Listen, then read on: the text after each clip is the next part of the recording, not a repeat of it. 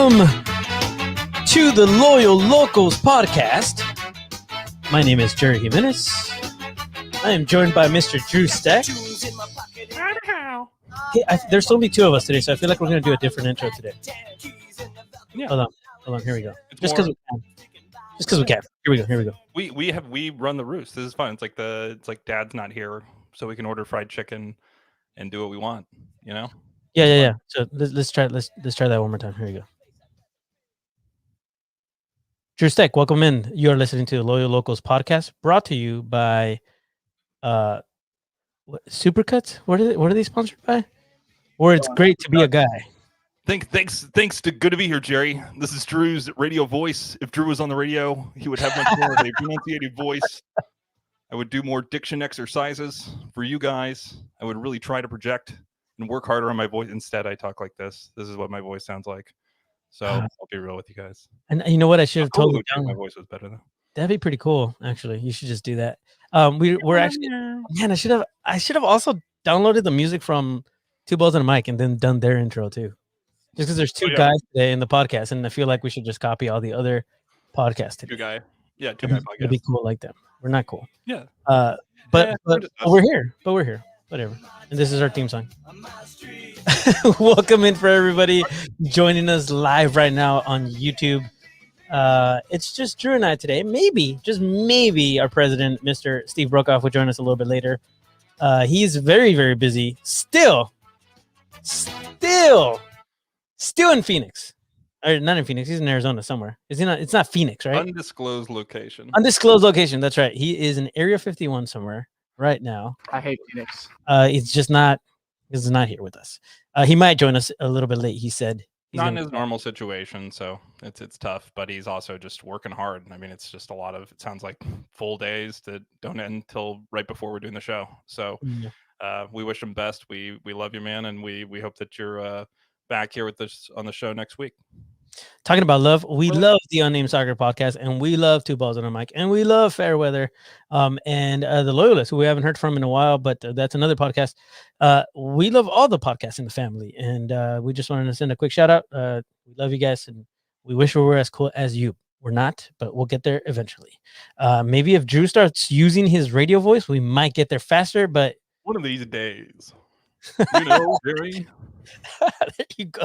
We have a lot to talk about today, Drew. So we're going to be talking about the two matches in Seattle. We're going to be, previewing a match coming up, the last preseason match. We're going to be talking about that, as well as some campaigns and stuff going on. We're going to talk some locals stuff as well. But before we do that, Drew, what you drinking, man? What you sipping on today? Oh, well, I'm drinking on. Let me pour this beer here. Oh. Yep, looks great. Look at how. That was fast. That was incredible. That's what we call. Oh my gosh! If you guys magic in the business here, kids. How's that even possible? If you're not watching this, you should go back and watch on YouTube. He just literally poured the perfect pour of a beer, in like a second. That was crazy. What is that? That's magic in a can. It's Protocosmos by Modern Times. It's a tropical galaxy IPA with an IBU of 90, and I don't know, they got all the nice stats here on the back. I do like their layout in their cans. It is just very easy to read. Makes you want to read it. But yeah, Protocosmos. It's the new hotness. Find it at a Trader Joe's near you, I guess. Drew, what does IBU stand for? I didn't take the. I'm gonna put bitter. Doesn't bitter's the B? Yeah, bitter. Units? Yeah, it's International Bitter. What is the I? International Bitter Units. It's how they it's how they like scale out how bitter the beer is. So yeah, there you go. That's why I just drink and I don't read the cans usually. It has throw that out there. And it has 4 SRM Pale Gold, 1008 Final Gravity. It's gravity weight. I love that Modern Times adds all they add all the nerdy stuff. That's like the greatest. What else is everybody drinking? Go ahead and send it here in the comments if you're joining us live, please. Afmir says to turn up your volume, by the way. He said, turn up your volume, Drew. You sound fine. Volume. You sound fine to me, but okay. Maybe Afmir needs to turn up his volume. Yeah. He's listening all the way from far away. Maybe Island, from the town, Chicago. Yeah, 2 hours away. It gets quieter. You know, the later you go in the night, I guess. So I'll talk louder. Chappie's here. He said, is this where we're supposed to watch this? Is there another place to watch and participate? No, if you want to participate live, this is the place to be. I would say if you want to listen later, you can listen on any platform, any of your podcast, your favorite podcast platform, like Google Play. Is it still called that? Because they change it all the time. I think it's still called Google Play. There, you can listen on iTunes. You can listen on Spotify. I think we're on everything. But yeah, thanks for joining us tonight. Buenavesa. All right, that's a good one. Solid. I like to think that there's some other stream of us out there that we don't know about, Jerry, where people are commenting. We don't know that it's going on, like an alternate broadcast of this somewhere. But yeah, this is the place, Chappie, that we're broadcasting, unless somebody else is out there somewhere. Radler from Two Pitchers. That looks that sounds good. Rattlers are great. There's some that are really, really, really fantastic. Some that are meh. I've never had Two Pitchers. I'm interested on that one. That sounds cool. Oh, look at this. Perfect. Brothers. Segue. Just had a 3 Punks Pelotero Imperial IPA. I haven't said what I'm drinking. Yo, what am I drinking? Hello. Wait, I was supposed to do this. Here we go. There we go.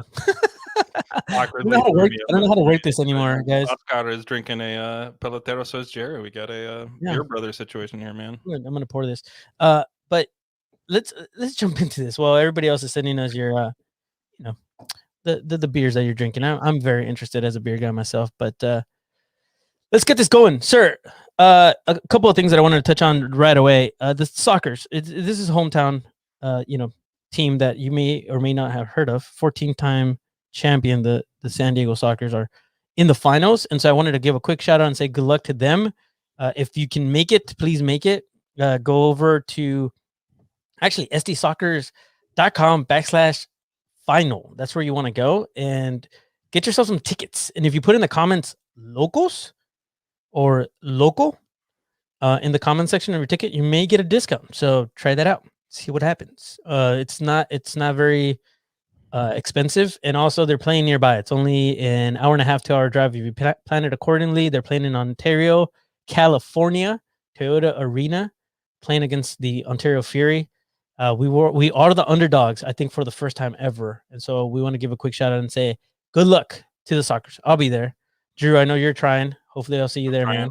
At least one of the days. Yeah, it's Friday and Sunday are the 2 days that it's optional, so you can go either day. You can go both days. The Sunday, if I'm correct, right? If there's a one match winner on Friday and then a different match winner on Sunday, there will be a mini game playoff, correct? As is tradition. Yep. Okay, so if you do get the Sunday ticket, do know you could get bonus games possibly. So there is that on Sunday as well. So I'm looking to probably go Sunday. We'll see about Friday, but I'm excited about just the game in general. For them to be in the championship is right where they should be. It's been tough for them to almost get to the championship the last few years and then had heartbreak in the championship, but you can't ask for anything better than your rival. You don't have to travel far.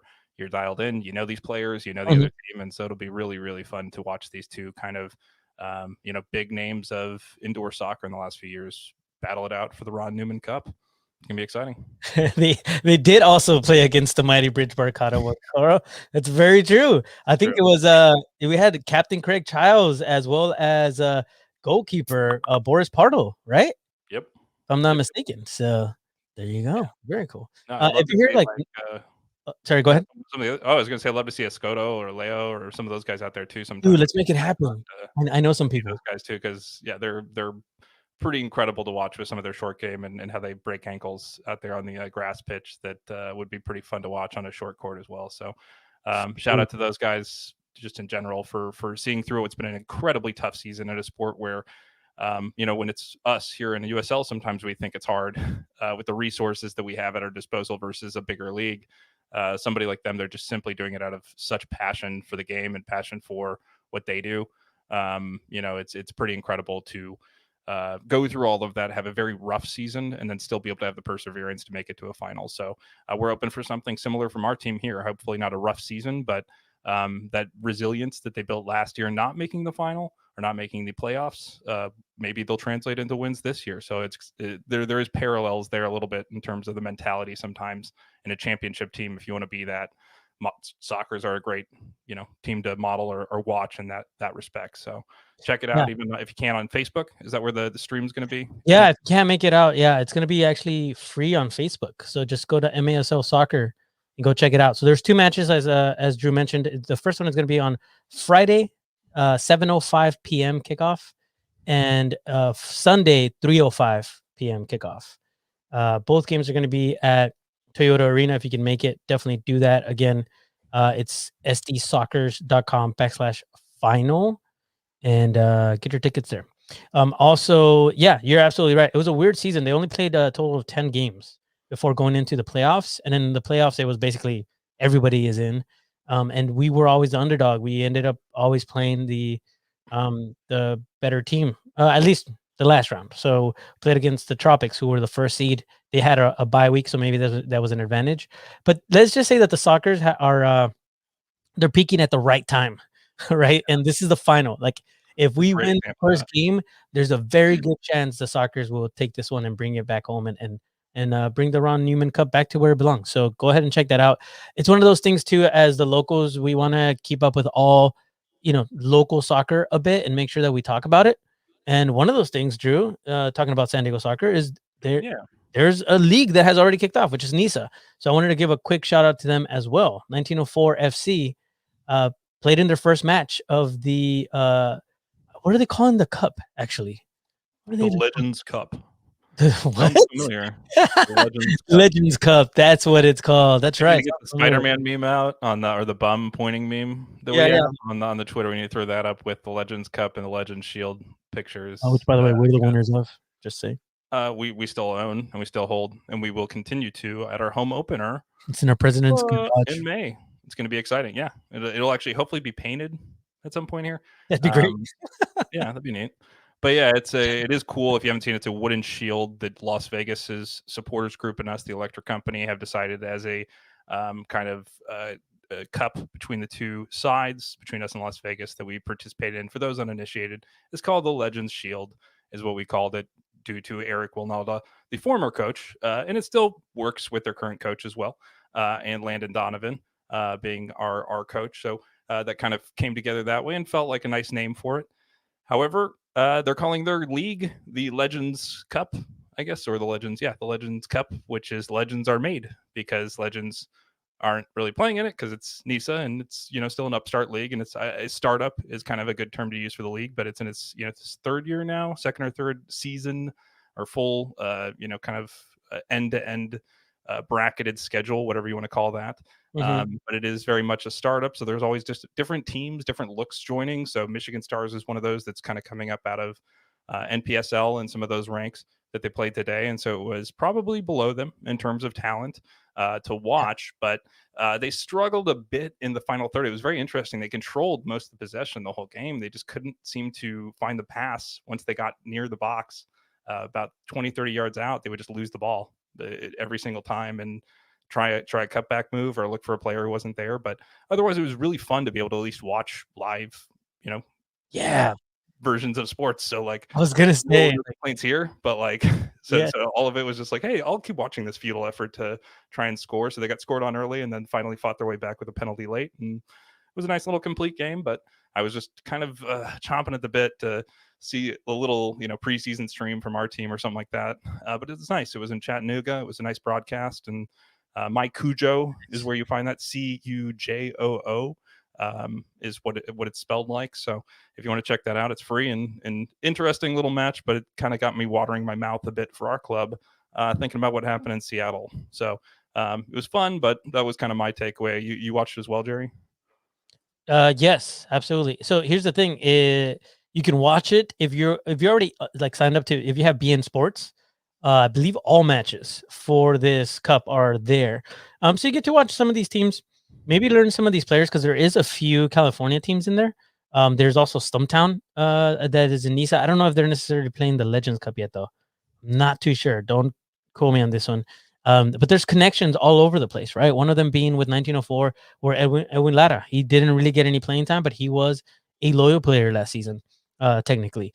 And then we maybe have some 1904 connections. We have Siaha here, who was in 1904 at some point. Stumptown, we know our very good friend Carrie Taylor is involved over there. So there's other teams, or I should say other people involved in these teams that are part of NISA.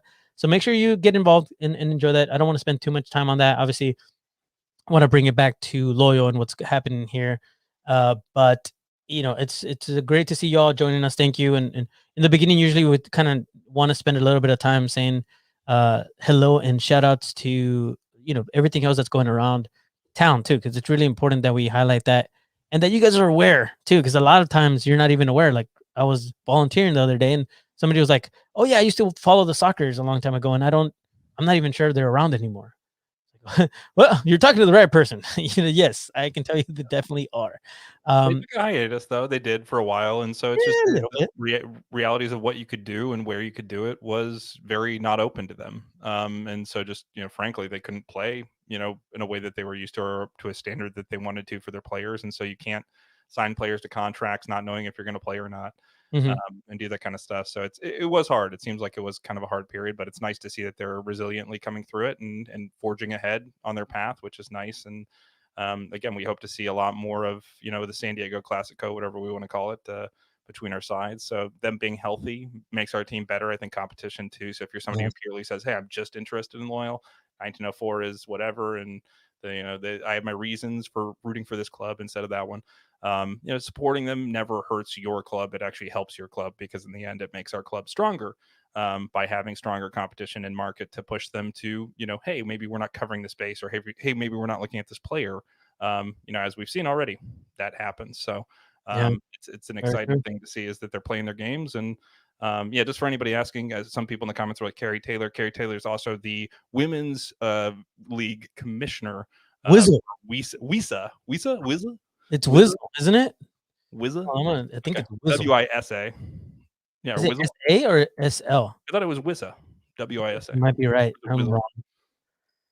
Yeah, I'll look it up right now. I think it's NWSL, so I think they wanted to go with the A to kind of differentiate, but they came out with the new branding logo that was in her Instagram post, I think, recently. It was kind of nice. Beautiful. It looks like Wonder Woman. Did you get like a Wonder Woman vibes from it? To me, it looks like the Calatrava in Milwaukee. This is a very, very limited reference, but Calatrava is a Spanish architect who designs buildings. A recent addition to one of the subway stops in New York, namely. But there's also this beautiful art museum in Milwaukee that looks like a sailboat with wings. That's like identical. Oh.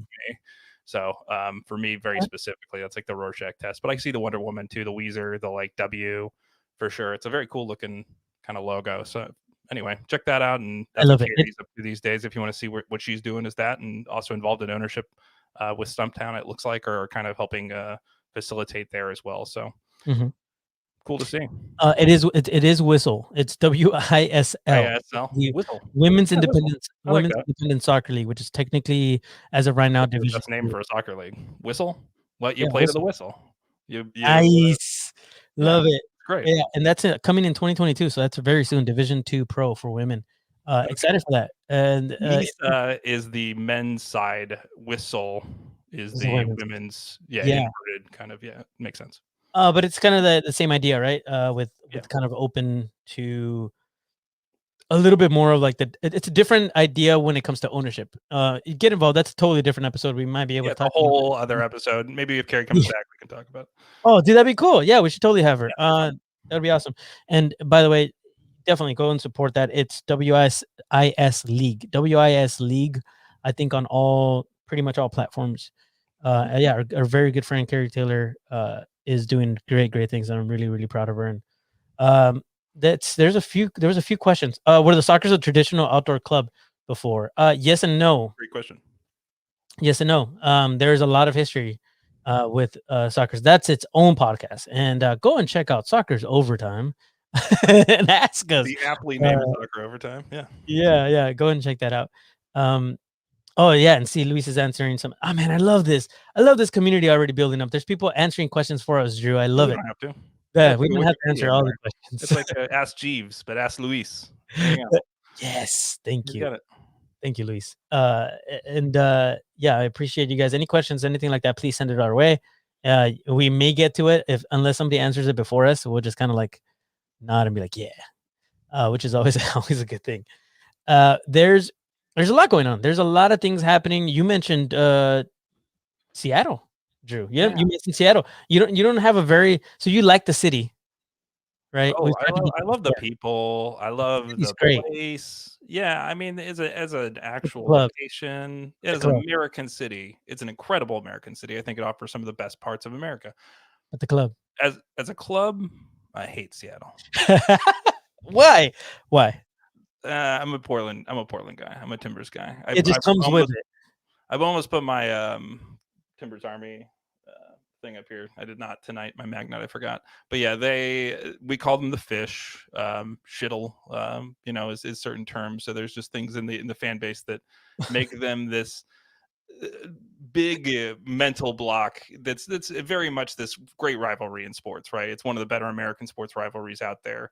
Is the Seattle Portland rivalry, especially in soccer, American soccer. So it's going back 30 years, 30, 40 years here. So back to NASL and all the real classic kind of American leagues almost. So there is just this pattern speckled history there between the two clubs of two clubs doing it very differently too. One that built this huge, massive, giant stadium with a big fan base, as many people as you can pack in.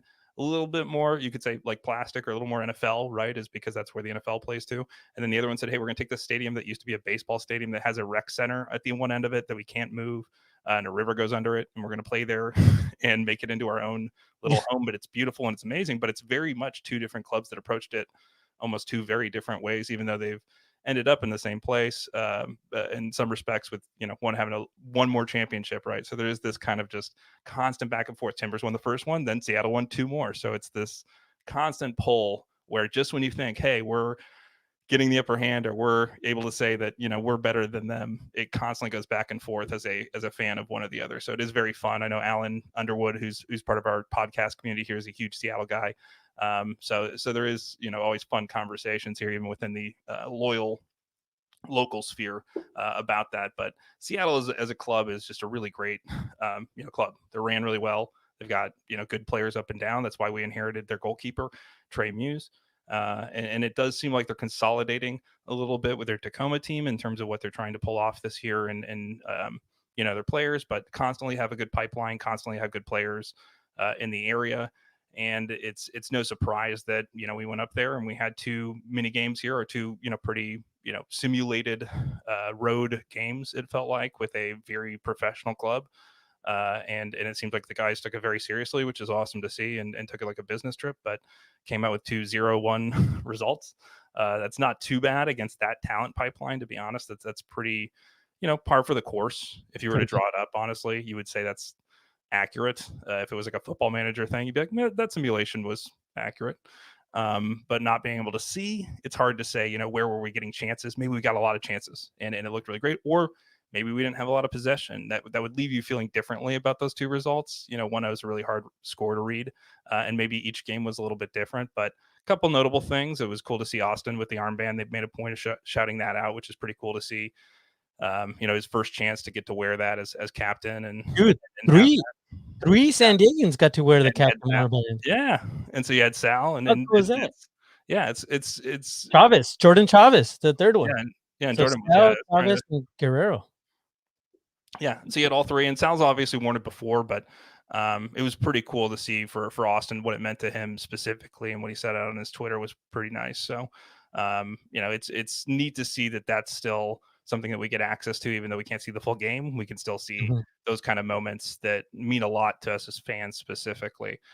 So thanks and shout out to the club media on that, which again, it's also tough with it being Seattle that you just don't know if they're going to, allow certain things as an MLS club. It's totally up to them in terms of what they want to do too. So even if the club wanted to show these games, and this is like the only one they wanted to show, they may have not been able to because the stadium's equipped with that stuff. It's up to Seattle to choose to do that. So that's where this kind of became another one of those questions as well. And for those of us who, just, wanted to get some nugget out of this, to me, it was really just that we went up there and we held our own and played a really, good not cagey, but open match against a really good team and didn't walk away, 3 or 4 goals down or something. So that means we're playing competent, football about a week or two out from when our season starts. That's good to know.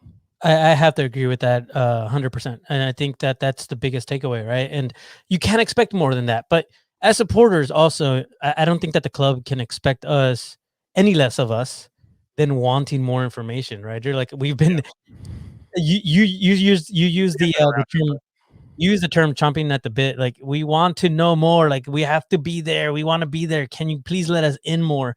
And they're doing the best that they can. I think it has a lot to do with, honestly, I do think it has a lot to do with coaching and the coaches. Not necessarily Landon Donovan. I'm not going to say any names. But I'm just going to go ahead and say that it's somebody is not letting us in full, and I can respect that. At the same time, I'm sure they expect us to be bothering them. I don't know, maybe bothering is not the right word. To be stalking them for more information, right? Yeah. We're being inquisitive. Yeah. But I think we've not gone as far to TPing anybody's house or anything like that. But do you know where Nate lives? Because we'll go TP it right now. We'll find out. No, but it's like it's like we want to respect that they want to do this, but at the same time, we all know that once one game comes out or 2 games come out, people are going to figure out some of what they're doing. And again, I want any competitive advantage our team wants to try and create for itself. It's just so hard as a fan here to say. A lot of what we do, especially as supporters, we're promoters. We're not just supporters, we're promoters for this club. A lot of the people listening to this right now live are people who promote this club to other people, and the idea of this club to other people. And it's really hard to do that when we don't. Thin line.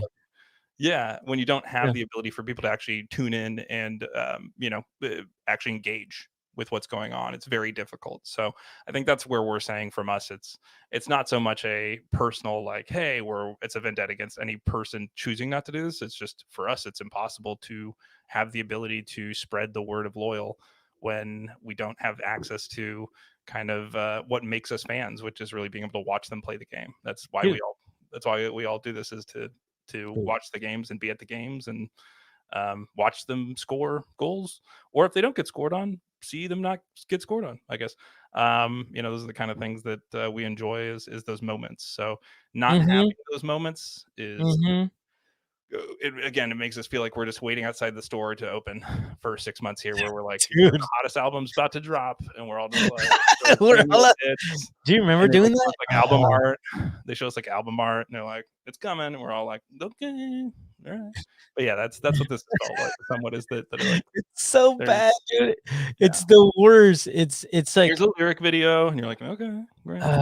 But we have to jump into the games. I want to break them up a little bit more because we do have some time, and I think it's very important that we talk about. We still have Try List 1, 2, 3, and 4, and there's 2 games that we need to jump into. But before we do, Dr. Seuss characters. Trial List 1 went for a run. Trial List 2, tied up his shoe. It's like I just feel like the numbers. Yeah, dude, it's totally at this point it is absolutely a Dr. Seuss book, because I still don't understand any of it. But that's pretty much where we're at this point. We do, however, want to bring in somebody that's probably very tired. So I'm going to preface before we bring him in by saying that everybody that's live right now, be nice to him. Okay. He showed up. He's been working his ass off. He literally just came down from outer space. He's been out in space in a place somewhere near Arizona in Area 51. I hate Phoenix. And so we're going to go ahead and just bring him in. Mr. Steve Brokoff made it in. What's up, brother? How are you? Actually, I'm in space. That technology is that good now. Yeah, it's true. Is that totally like a fake bedroom, or is there a bedroom in space now? We brought the bedroom to space. Dude, that's technology, man. You got to love it. I told the guys on site that I said I'm going to be on call, not on site tonight, and so I left. Nice. Yeah, that was it. So for the people that are live right now, you're welcome. What can I say? But hey, you're welcome. Steve made it for you, just for you. And those that are listening, for you too. So we're gonna jump into these games. We're talking about Seattle. We Drew kind of very well broke it down to like what's the important takeaway from this. Now let's actually get into, I would say, the squads, because it's very important. We still have try lists, right? And for the first match going into this, it was definitely going to be just kind of the kids, both for Seattle and for us. So we had Austin Guerrero at goal. We had Elijah Martin, Nicky Jackson, Jordan Chavez, CJ Faudrey, young kid, Ian May, young kid, Xavi Nolari, young kid. And then we had try lists 1, 2, 3, and 4. If you want to know who 2 of those try lists were, please make sure that you join our Discord. This is how I bring you in. Because I've been doing a lot of snooping, and I know who 2 of those 4 are. Still working on the other 2, but go join our Discord. It's not something that we're going to be talking about today. It doesn't matter. Jerry's amazing. But 1-0 at this point, right? I mean, they keep putting out videos with these guys in there. I'm going to figure out. I'm really good with faces. I just admire your commitment. It's amazing. What's that, Drew? You're really good with faces, because I'll like look at it once and I'll be like, oh, and even like I'll be in a room with like me and like somebody like say Tom or like Steve at some point, and this is like pre-COVID, like we'd see something and you'd be like, oh, it's this guy. I'm like, oh, maybe it's this guy, and like me and the other person think it's the other person. And you're like, no, it's this person. That's like, yeah, it's like even from like the side, back face, like head, you're like, no, it's this guy. We're like, oh. I'm really good with faces, and I'm usually really good with names too, which is cool. So if you come and say hi to me and I don't know your name, it's very, very rare, and you should probably not be too worried, because I'm going to remember it the next time. All right. So I'm just saying, please don't be afraid to come say hi to me at games now, hopefully soon. So just with this lineup, right, for the first game, yeah, we went down 1-0, and it was to one of their youth players who scored the goal. It did sound to me, and then from going back and kind of talking to a few people that were actually at the game, it sounded to me like we were definitely putting up a fight. It sounded also like they were way more organized than we were, and that would make sense, because I mean, there's 4 try lists there. From what I understand, at least one of those try lists has been with us through the entire camp, but it hasn't had a lot of playing time. So it's just interesting to see, how the squad is shaping up, especially if we don't know exactly, what is what right now with the try list 1, 2, 3, and 4 or whatever. One of them is not, believe it or not, try list 1, 2, 3, or 4. None of those are Miguel Ibarra. And I'm gonna jump into some information. You're gonna want to stay here for the second match, because I have some inside information on the squad, because a lot of people had questions. How do you guys feel about this? Having Austin Guerrero, Elijah Martin, Nicky Jackson, Jordan Chavez, and the rest of the young guys here for this game. It sounds to me like one of the young kids. Oh man, I'm gonna forget his name. The older guy of the 4 that were just signed, Kenworth. Kenworthy. Kenworthy. He wasn't there. He wasn't at the game, right? Because he wasn't in the second match. No. So how do we feel about that lineup? And going into it, does that give you guys kind of an idea of who our starting 11 is going to be for April 30th? I don't know if I would say that. I think that there's also rotation that needs to be had. Like we said a bunch of times, there's going to need to be rotation through the year. It's going to be a pretty packed schedule. So getting other players with the young kids, more familiar in preseason is smart. It's a smart play. So, you can always tell when a team has never really played together. So getting some integration between some quality, starter level players versus some younger, maybe on the fringes, because I think we're going to need to rely on those guys eventually through the season. So I think there's an angle there that says, let's have some rotation and get everybody familiar with everybody else, because we're going to need it this year. We're not always going to have that perfect starting 11. Yeah. Drew, how do you feel? And I'm with Steve. It's all about meeting your opposition. I think that's partially why Nate doesn't want things out there. Maybe it's internal. Maybe it's also, I don't want these players seeing themselves as I'm this guy in this role. Like we were even talking about in the Discord today about Jack Blake and his role. Is he an attacking midfielder? Because his number and some of his goals seem to indicate that, as well as the number of players on the field and where they would play, possibly. But is he doing that? Is he doing more box to box or more defensive duties? Those are the kind of questions that might be different game to game. It might be, hey, against, let's say, somebody who's more tough like Phoenix with a very vaunted lineup, he's doing more defensive duties and then striking forward when there's an option. Or against somebody who's a little weaker, let's say Tacoma, he might be, up there, striking in, every few balls is coming straight to him and then straight into one of the strikers, or he's playing like a almost faux 9 off the top, because I can see him. He clearly did that in a couple of the clips we've seen. So there is this kind of question of where do certain players play, and it just depends. I think it really does, and that seems to be Nate's MO anyway. Last year they out of necessity had to, just in terms of players being injured or just kind of breaks and then coming back and reassessing the squad, that we did get some different looks. But I wouldn't be surprised to see at times a 3 to a 4, or even, like a 5 type of setup, depending on what they're doing, in terms of who goes forward and who stays back. And it's more spread out than it is. And it's very pressing, right? Like most of this is going to be pressing generally, but you just don't know how are you absorbing the counter, or how are you absorbing the ability to then, move back forward. And are you more stuck, or are you more attacking? I think those are really the questions that we're asking, as opposed to what's our starting 11, and then who's the 11 based on that, is more my question, I think. And I think Seattle, obviously, you probably wanted to be just best players on the field and figure it out to some degree. So maybe that is an indicator of who they think the best are, just by giving them that opportunity.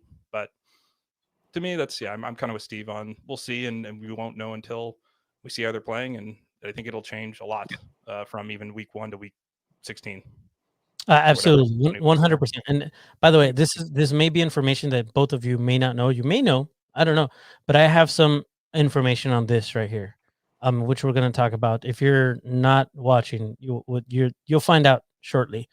Also, Ben Spencer was not there. Neither was Guido. If you didn't notice that, I will tell you why in just a bit. So stick around. But as we're talking about, this starting 11 for the first match, this was very much going to be the youth to be tested, right? And just throw them in.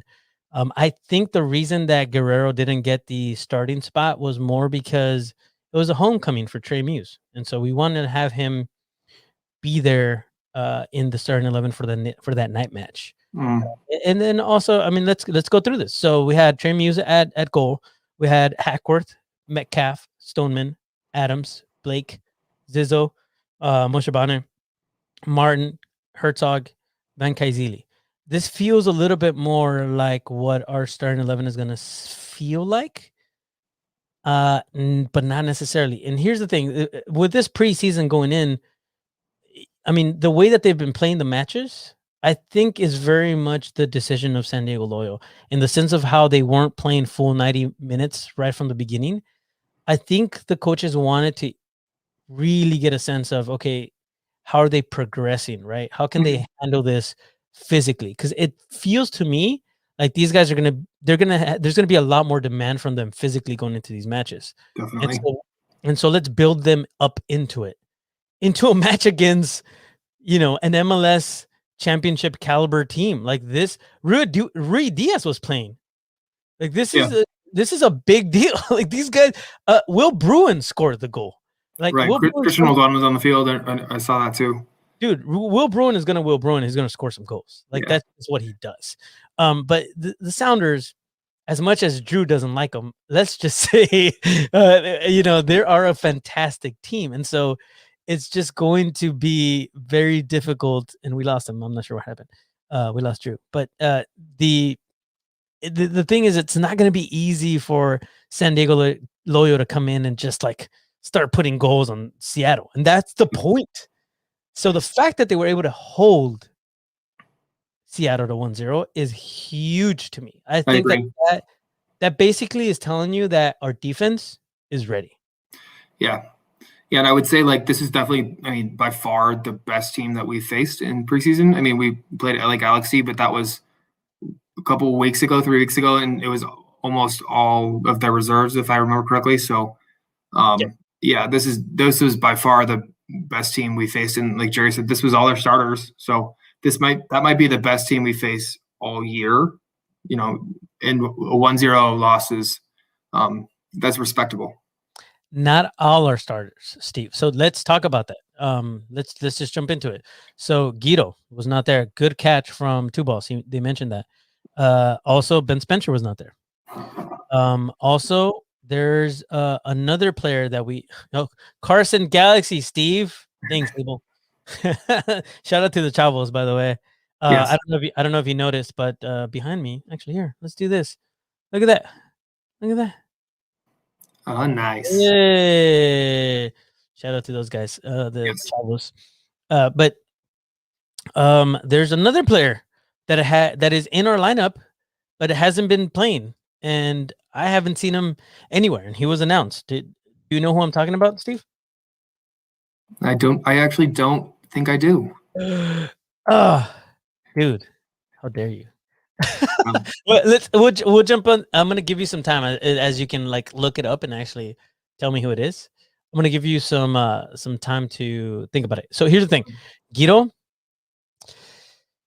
Sources tell me that he had a little bit of a bump and he's actually hurt. Ben Spencer, same thing. And so I think that it's nothing major, but they're holding them off right now.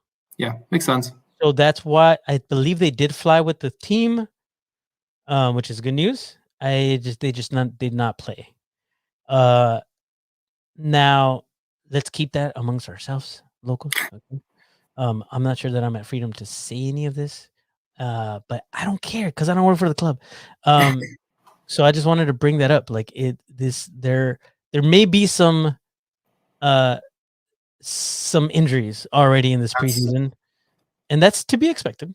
And I mean, obviously I didn't know that until right now, but the worry there is Guido's been riddled with injuries his entire career. So, his whole thing is he's got the talent. He just needs to stay on the pitch, and he hasn't been able to really do that for a sustained MLS career. And obviously on loan last season, towards the end, he did stay on the pitch for us. But, leading into this season where we have high expectations and high hopes, if this is he's already got a knock leading into it, that's concerning. But maybe it's just preventative, like Jerry said, and just being very careful, trying to gear him up for the opening of the actual season.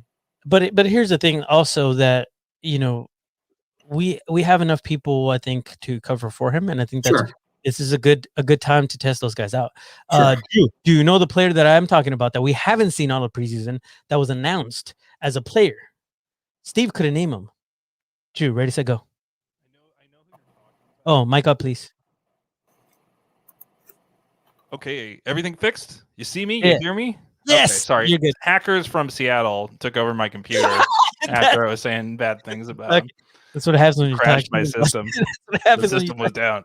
Yeah, literally your mics would cut out, and then I was like, I'm not hearing anything. I'm flying blind. And then like my screen went up, and then I couldn't see anything, but then I could hear you, and then my audio cut out, and then I had to reset the whole thing. So good to see you guys again. Though, if the screen went black and it was just like, you are now all your timbers belong to us. Yeah. All your timbers belong to us. Yeah, right. And your lights start flickering in your room, dude. That'd be freaky. I know. Yeah, Sounders Anonymous over here. What's going on, guys? Jeez. So who is it? You ready? Go. Is it? It's not Ibarra because he was announced. Yes. No. No. It's he found him. Ebenezer. Yeah, Akan. Exactly. Thank you. Okay, so Jerry, that's right. I haven't seen his name in any stat sheet or anything. No. Jerry, please tell us what's going on. Is he being visited by ghosts in the night, or what's going on? No, there's no. I think there's. I think he may actually be here now, and if not, he just hasn't had a chance to really play. But my understanding is there might be some like visa issues, especially with this whole COVID. Yeah, that's my understanding. Also, I'm probably gonna get in trouble for this. Like, I'm giving you guys way too much information, but I don't care. I love y'all. So if you're sticking around with us right now and listening to this still, you get some insight once in a while. And this is why I'm not trusted anymore, but that's okay. But the thing is, as supporters, we want to know these things. We should know these things. And it doesn't, I don't think it benefits anybody really not knowing these things. So it is what it is. But it's tough because it doesn't feel right now. You look at the sheet, and I posted it on Twitter. What our lineup looks like right now, and it looks great. It looks better than last year as far as like the strength of the team. But is the chemistry there? Let me tell you, I keep seeing pictures of Rubio Rubin at RSL and how happy he is, and I'm just over here like with a tub of Ben and Jerry's and just crying. Stan Brand. Yeah. I want you back. All of preseason, we can't score goals right now. Where are you? Like, we the meme you posted earlier was great. The Wolverine meme with him and that's me. That's exactly like we look at. We have Guido. We just need you back. Where are you? You know, get the band back together. Come on. Yeah, it's. I think the chemistry will be there from what we've seen. Yeah, what are they gonna do? Fire me? Sorry. Well, I even think this year they're more together than they were last year. It seems like there was pockets of dudes getting together, hanging out. It seems like this year they all kind of hang out a lot more as a group, which is cool to see. Versus maybe that's COVID, maybe that's just going into year 2 and it being a smaller group that came from year 1, letting other guys kind of into their circle. But it does seem like it's more of a team thing versus last year was just so big with so many players. I think maybe they found it hard to stick around and who was going to be your friend in 2 weeks. And going into last season, it was all new players. Now we brought back our core. It was like 6-7 players that were announced that were coming back, and they were definitely the core of last year's team. And really, they carried forward that ethos, that culture that was developed through last season, to just like continue to be fostered, through the new additions. And it really does. I mean, even though we haven't seen them play, we haven't met the players. We haven't really seen a whole lot. I still feel that they have a really good sense of connection. So. Looking forward to it. And, I think it really matters. They say, in baseball that teams who are, friends and together, they win championships. And I think it's the same with soccer. And this really feels like that. So it's just around the corner. Talking about baseball, how are the Padres doing? Because I'm drinking a pelotero. They lost today, but that's all right. We won. Anyways, moving on. Bring back Irvin. Who's we, Jerry? Who's we? Oh, we, dude. You didn't know I play for the Dodgers? What's wrong with you? Oh man, I sit in my couch, wear my I forgot about Gerardo Mania jersey, and and I play. I just wait for them to call me in. I'm on the reserve bench. I want a Gerardo Mania T-shirt. I want dude. No. Bring back Irvin Parra. So here's the thing. So Irvin and actually his beautiful wife as well. I love those guys. They're a beautiful family. They just had a baby. I've been following them and just fantastic people. So I love Irvin and his wife and his whole family. They're fantastic human beings. It sounds like Irvin actually found a place to play, and I don't know where it is, but it's definitely not in Los Angeles. So they're from LA, and I've been following them, and he just flew somewhere. I'm following. I will keep you guys updated, but I don't think Irvin Parra is coming back. He's going. This is a developing story. Developing story. Jerry One News. I swear, I am going to take out Jeff Ruder at some point in my career. For breaking news, maybe. Not quite there yet, but maybe. I always tried it with with the Heart of LAFC when I was doing that podcast, but they would never let me. So, and I would get deep. That's MLS. That's yeah. Hard. Oh yeah. But here, it is what it is. I hope our depth is there. That's absolutely yes. That's where we're at. Yeah. For now, all these scoops are in the Discord too, by the way. So if you want to see some of the news, I call it sleuthing or more of the actual information. Like if you really, really want to get into the nitty gritty, you definitely have to join the Discord. Yeah, just search sleuth or search the emoji with the magnifying glass. You'll find some fun stuff. So it's. Is that what you're doing? Is that how you're tagging? Yeah, some of it. Sleuth. Nice. Yeah, right. Tony's training again. That's what I heard from Two Balls here. It's a hot breaking report here on our show that Tony, we're going to take from them. Tony stays ready, so he never has to get ready. Yeah, it's like a crouching tiger thing. If you're always ready to pounce, then you can never be out of practice. It's true. It's very true. So I think that's it for Seattle. I think those are the kind of takeaways. If everybody was, wondering, I would say, very, very good listen. Go check out the latest episode. I think it's episode 63 of Two Balls and a Mic. I think I'm jumping in a little bit on our timeline, but they interviewed both Tony and Shiva, and shout out to you guys. They interviewed Andrew Vasiliadis, which, by the way, I can say it too, Andrew. If you want to, come on this podcast, I can pronounce it just as well as Tony, and probably better. Andrew Vasiliadis. Come on, we want Andrew Vasiliadis. They had him on, and it was such a good conversation, and get a little bit of an insight from our chairman. So go and check that out if you want a little bit more insight on that too, and what the preseason is going like. Yeah. But guys, we're one more preseason match away. Once we destroy Cal State Fullerton, the season officially begins. Yeah. Are you good? I mean, so if I'm not mistaken, didn't we face off against Fullerton last year? Oh, that's right. I was there. I do remember. Steve, you were having a baby. I was. Yeah. I was. It was like the week before my son was born. And I didn't even dare ask my wife if I could go. But yes. We did play them last year. I'm not allowed in Fullerton anymore. Go ahead, Steve. What? Wait, what? No. I want to know that story now. What? No, Steve, finish. Okay, Steve. fine. Steve, go ahead. So yeah, we played them last year, and it was a good final. It wasn't the final tune-up last year. This is so, but season is really right around the corner. It feels like it's been a long time coming, but it's also kind of crept up on us. So, I'm just excited. It's like 2.5 weeks away. We were actually there in Fullerton for that match. Right. They're coming to Chula Vista as 4 days as of recording. So on the 17th, they're going to be here on Saturday at the training center. Drew, why aren't you not allowed in Fullerton? Don't think I forgot. I lived there for 6 months. I lived in Anaheim for about 1.5 years. I went to Fullerton College during that time, and so I was around the area. Anyway, one of the times that I went to the Target in Fullerton while I lived in Fullerton, there was this lady who was somewhat crazy outside of a Target or just feeling crazy. And I backed up my car. I loaded some stuff in. And I saw her over by the, something doing a little further away in the parking lot. But after I'm in my car, just kind of doing stuff, checking stuff, getting ready to leave, comes up and kicks the back of my car. And so I roll down my window and she goes, "Get out of here. You're never allowed back in Fullerton ever again." And then I drove away.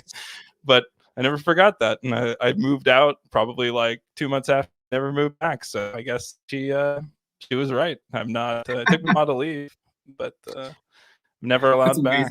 So yeah, anyway, I've been back since then. But yeah, it's always stuck with me that I was given probably could be a witch, maybe I'm cursed. I don't know. This was well before that match in Fullerton, right? Well before that match. This is like, there's other stuff that's happened in Fullerton as well. Okay, but yeah, the excuse that you gave me when you bailed on us last minute to go was that that was a different day. Sick. My dog. He was sick. Okay, so it's not because I'm also just not allowed there. No, that has nothing to do with it. Her curse has no bearing on me. I've also been back to Fullerton several times, so that had nothing to do with going. Well, let's just go ahead and throw that out there. Drew blew me off before this trip, and I'm still sour about it because his dog got sick. It's okay, Alfie. I love you. It's not about you. Okay, it's about Drew here. I thought for a second maybe he had a better explanation, and now he's saying it had nothing to do with the curse. It's actually just it was you, Alfie. Whatever. It showed that I could also. Well, Alfie does go above the curse, so he can listen. No, but I want Alfie to listen to this part because I want him to understand what his dad is doing to his friends for him. Okay, that's love right there. And you missed out on a great match. Is what I did miss out. I missed out, and I'm totally jealous. I got FOMO of Glenn, and you were there, and a few others, and there's a few of us. Definitely FOMO. Yeah, definitely FOMO. So, but guess what? Maybe next year we can go, and I'll see if I can find that lady outside the Target.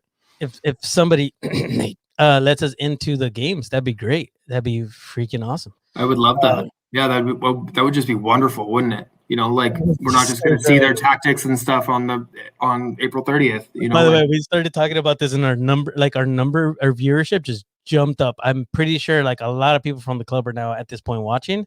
So let's just rip them apart. Let's go. Here we go. Why are we at preseason matches, people? Why? Yeah. Why? Stop it. No, so I think that's the one thing that everybody's been saying up to this point. Now, here's the thing. Fullerton is coming down here, like as I mentioned, and they just had a match against Orange County. Shout out to Fairweather Podcast. That's where I got the information. I was like, ooh, what? And I looked it up. Fullerton was destroyed by Orange County. 5-0. 5-0. This was a few days ago, like 3 days ago. And going into this match, I think Alan put it perfectly. And please go and check out Fairweather Podcast. But Alan said, if they don't score a few goals this weekend, that's when we start worrying. Because if OCSC can score 5 on them, there's no reason why we can't score 5 on them. He didn't say that. I'm saying that. Okay, so it's just, I would expect more from our guys in OCSC, considering that Orange County just had their first preseason match against Fullerton. That match was their first preseason match. Okay, so how do you guys feel about that? I think you said that well. Yeah, I'd love to see at least 5 goals. Really fine-tune putting the ball in the back of the net. I think that from the limited video and the takes we got from the 1904 match, it seems like we should have put more in than we did. So against something of lower quality, that we should be able to definitely get the ball in the back of the net. So sorry, Greg. Yeah, no, for sure. Absolutely. That's cool. Relax on my mighty Titans. No, I'm not saying anything. It's a different level. I mean, you would expect. I would hope you understand. It's college. Yeah. Oh yeah, and and Fullerton's a great sports school, by the way. Their baseball. Oh, they're so good too. Yeah, they're one of the best in the country. They wouldn't be playing against that team if they weren't good enough, Drew. Right? No, and their soccer program as well as their football program are always belting way above their weight for being a Cal State in a state that has so many other options too. They do very well in recruiting. So pretty impressive school. But I do think, what you're saying, I wanted to paint Alan as a fear merchant though, that he's like, oh, we're just got to panic going into the season if we don't score a goal. But that's not how he said it. No, but no, I like to think that he's over there like conjuring fear, like he's like throwing stuff out there. He's so mild mannered. That's why I think it's funny. That he would never overstate. He would always walk it back. Like I'm about to. But like the thought is they should score. They have to score because this team is well below their weight in terms of quality of player. That they're better than them. 11 versus 11, anything can happen, and that's why they play the game. And even preseason games can be pretty cagey and maybe even 2-0 if these guys really want to defend. Typically, you get some more looks in that because guys are at least trying to show their skills and trying to score on the other side too, because they want to get playing time and they want to look good, or they want to score against a pro team. That feels good. So it is one of those things where you expect to see chances, you expect to see conversion, you expect to see goals, especially like what we saw in that first game against 1904 to some degree, right? Where we saw just a cascade of, after a while, it's obvious the depth of talent versus theirs. Maybe for 20, 30 minutes, they keep it pretty close. Then you maybe see a cascade of, 2, 3, 4 goals. That would be what I'm expecting and hoping for. And that would feel right. Anything besides that would feel a little bit like there might need to be some tweaking, or maybe guys are just tight. Maybe they're just, pulling shots a little bit. That can happen, but it feels like it's been a couple weeks of not converting as much as you want. So you need to see conversion. You need to score. That's how you win games, especially Landon Donovan's loyal. Exactly. Yes. Thank you, Drew. That's it. So that's one of the conversations that we actually had on Soccer's Overtime. How do you win this? How are the Soccers going to win this? Craig asked me. And I said, score more goals than the other guy. That's how you do it. And at this point, like I just, on paper, our team looks fantastic. Don't get me wrong. But what we've been allowed to learn about them, and this is what I'm worried, and this is why we continue to push on the club to allow us and give us a little bit more insight is because from what we understand, these guys can score goals. Like it's still not happening. The goals that we've been able to see, yeah, they look beautiful, but that doesn't necessarily mean that that's how we're going to perform against USL teams. The one USL team that we played, New Mexico United, we couldn't beat them. All right. And this is preseason. Yes. Okay, Jerry, don't go into preseason. Don't think about it too much. Why not? This is when we're supposed to be fixing the things in order to make sure that the season goes well. This is going to be a weird, odd season as it is. We're going to be playing everybody in our division, I guess. Right? Is that the right term? Yeah. Pacific Division. Odd for lack of a better term. We're playing everybody 4 times. Like this is really important for us that we be good and we adjust as we go. So I'm just fired up because I really want to. We're nearing the end of it, and I really want to feel like we understand what the squad is looking like and feel confident. And I don't. And so going into this game against Fullerton, I'm going to be watching out, and we better keep it at 0, and we better score more than 2 goals. Is that fair? Agreed. Yeah. That's a good over-under. Mm-hmm. Okay. I think what you're saying too holds a lot of weight, and that I think that what do we know, right? What have we been given? We go off a supposition a bit and say maybe it could be, maybe it couldn't be this, but what do we know from that United match against New Mexico? Is it felt a lot like one of those midseason matches where we maybe had them get a goal. We played defensively pretty well. We didn't really give up much, and maybe we get one back. Maybe we do okay, but we don't do enough to really change the tide or change the impression of the game, right? Or really take control. And the Orange County game near the end of the year is where we saw the tide start to turn and felt different. But that New Mexico game felt like a weird repeat from last year in the middle. And maybe that's just, again, maybe trying stuff out formationally, and especially in the second half. Maybe you're getting to 50, 60 minutes there and you felt different, but just the way that game played out and what we saw felt like that. So that's where, yeah, confidence-wise, you want to shake off those cobwebs. You don't want to have any of those thoughts of those old patterns creeping back in on this very still fresh and still young team. But it is one of the small patterns we had last year was this inability to rise up to score goals when the other team put 1 or 2 past us, and we just couldn't find a way to generate. So we didn't have Guido the whole season during that period specifically. We didn't have people like Herzog, who just seemed to be a goal churning machine. And when he's on the field, he does seem to produce goals. This preseason, it does seem like he gets pulled pretty quickly. So they're probably just saving his legs, hopefully, is what I'm hoping for, because it just seems like he's productive when he's out there. So we'll see. And as we said, we can't see, so we won't until we do. Yeah. No, absolutely. Let's move on because we're like past the hour mark. And this is my favorite part of the whole episode. Let's talk about this real quick, and this is gonna go fast. Okay. Yeah. The USL started the Flags Fly Forever campaign, and I just want to go ahead and preface this by saying we are independent. We don't care if anybody doesn't like what we say. At this point, we're just going to go ahead and say it. This is terrible. This is horrible. However, our club was smart enough to exclude itself from this terrible campaign. USL has released some things where they decide that they're going to design things for the clubs and then not release them. So they'll be like, oh yeah, we made some Christmas sweaters, check it out. And we're like, oh, those are awesome, where can we buy them? Nowhere, because we just mocked it. We're not making these. It's a digital Christmas sweater that your phone can wear on its screen. I'm still sour about that, by the way. Like, fuck you. Yikes, big time. And so with this one, actually, you know what?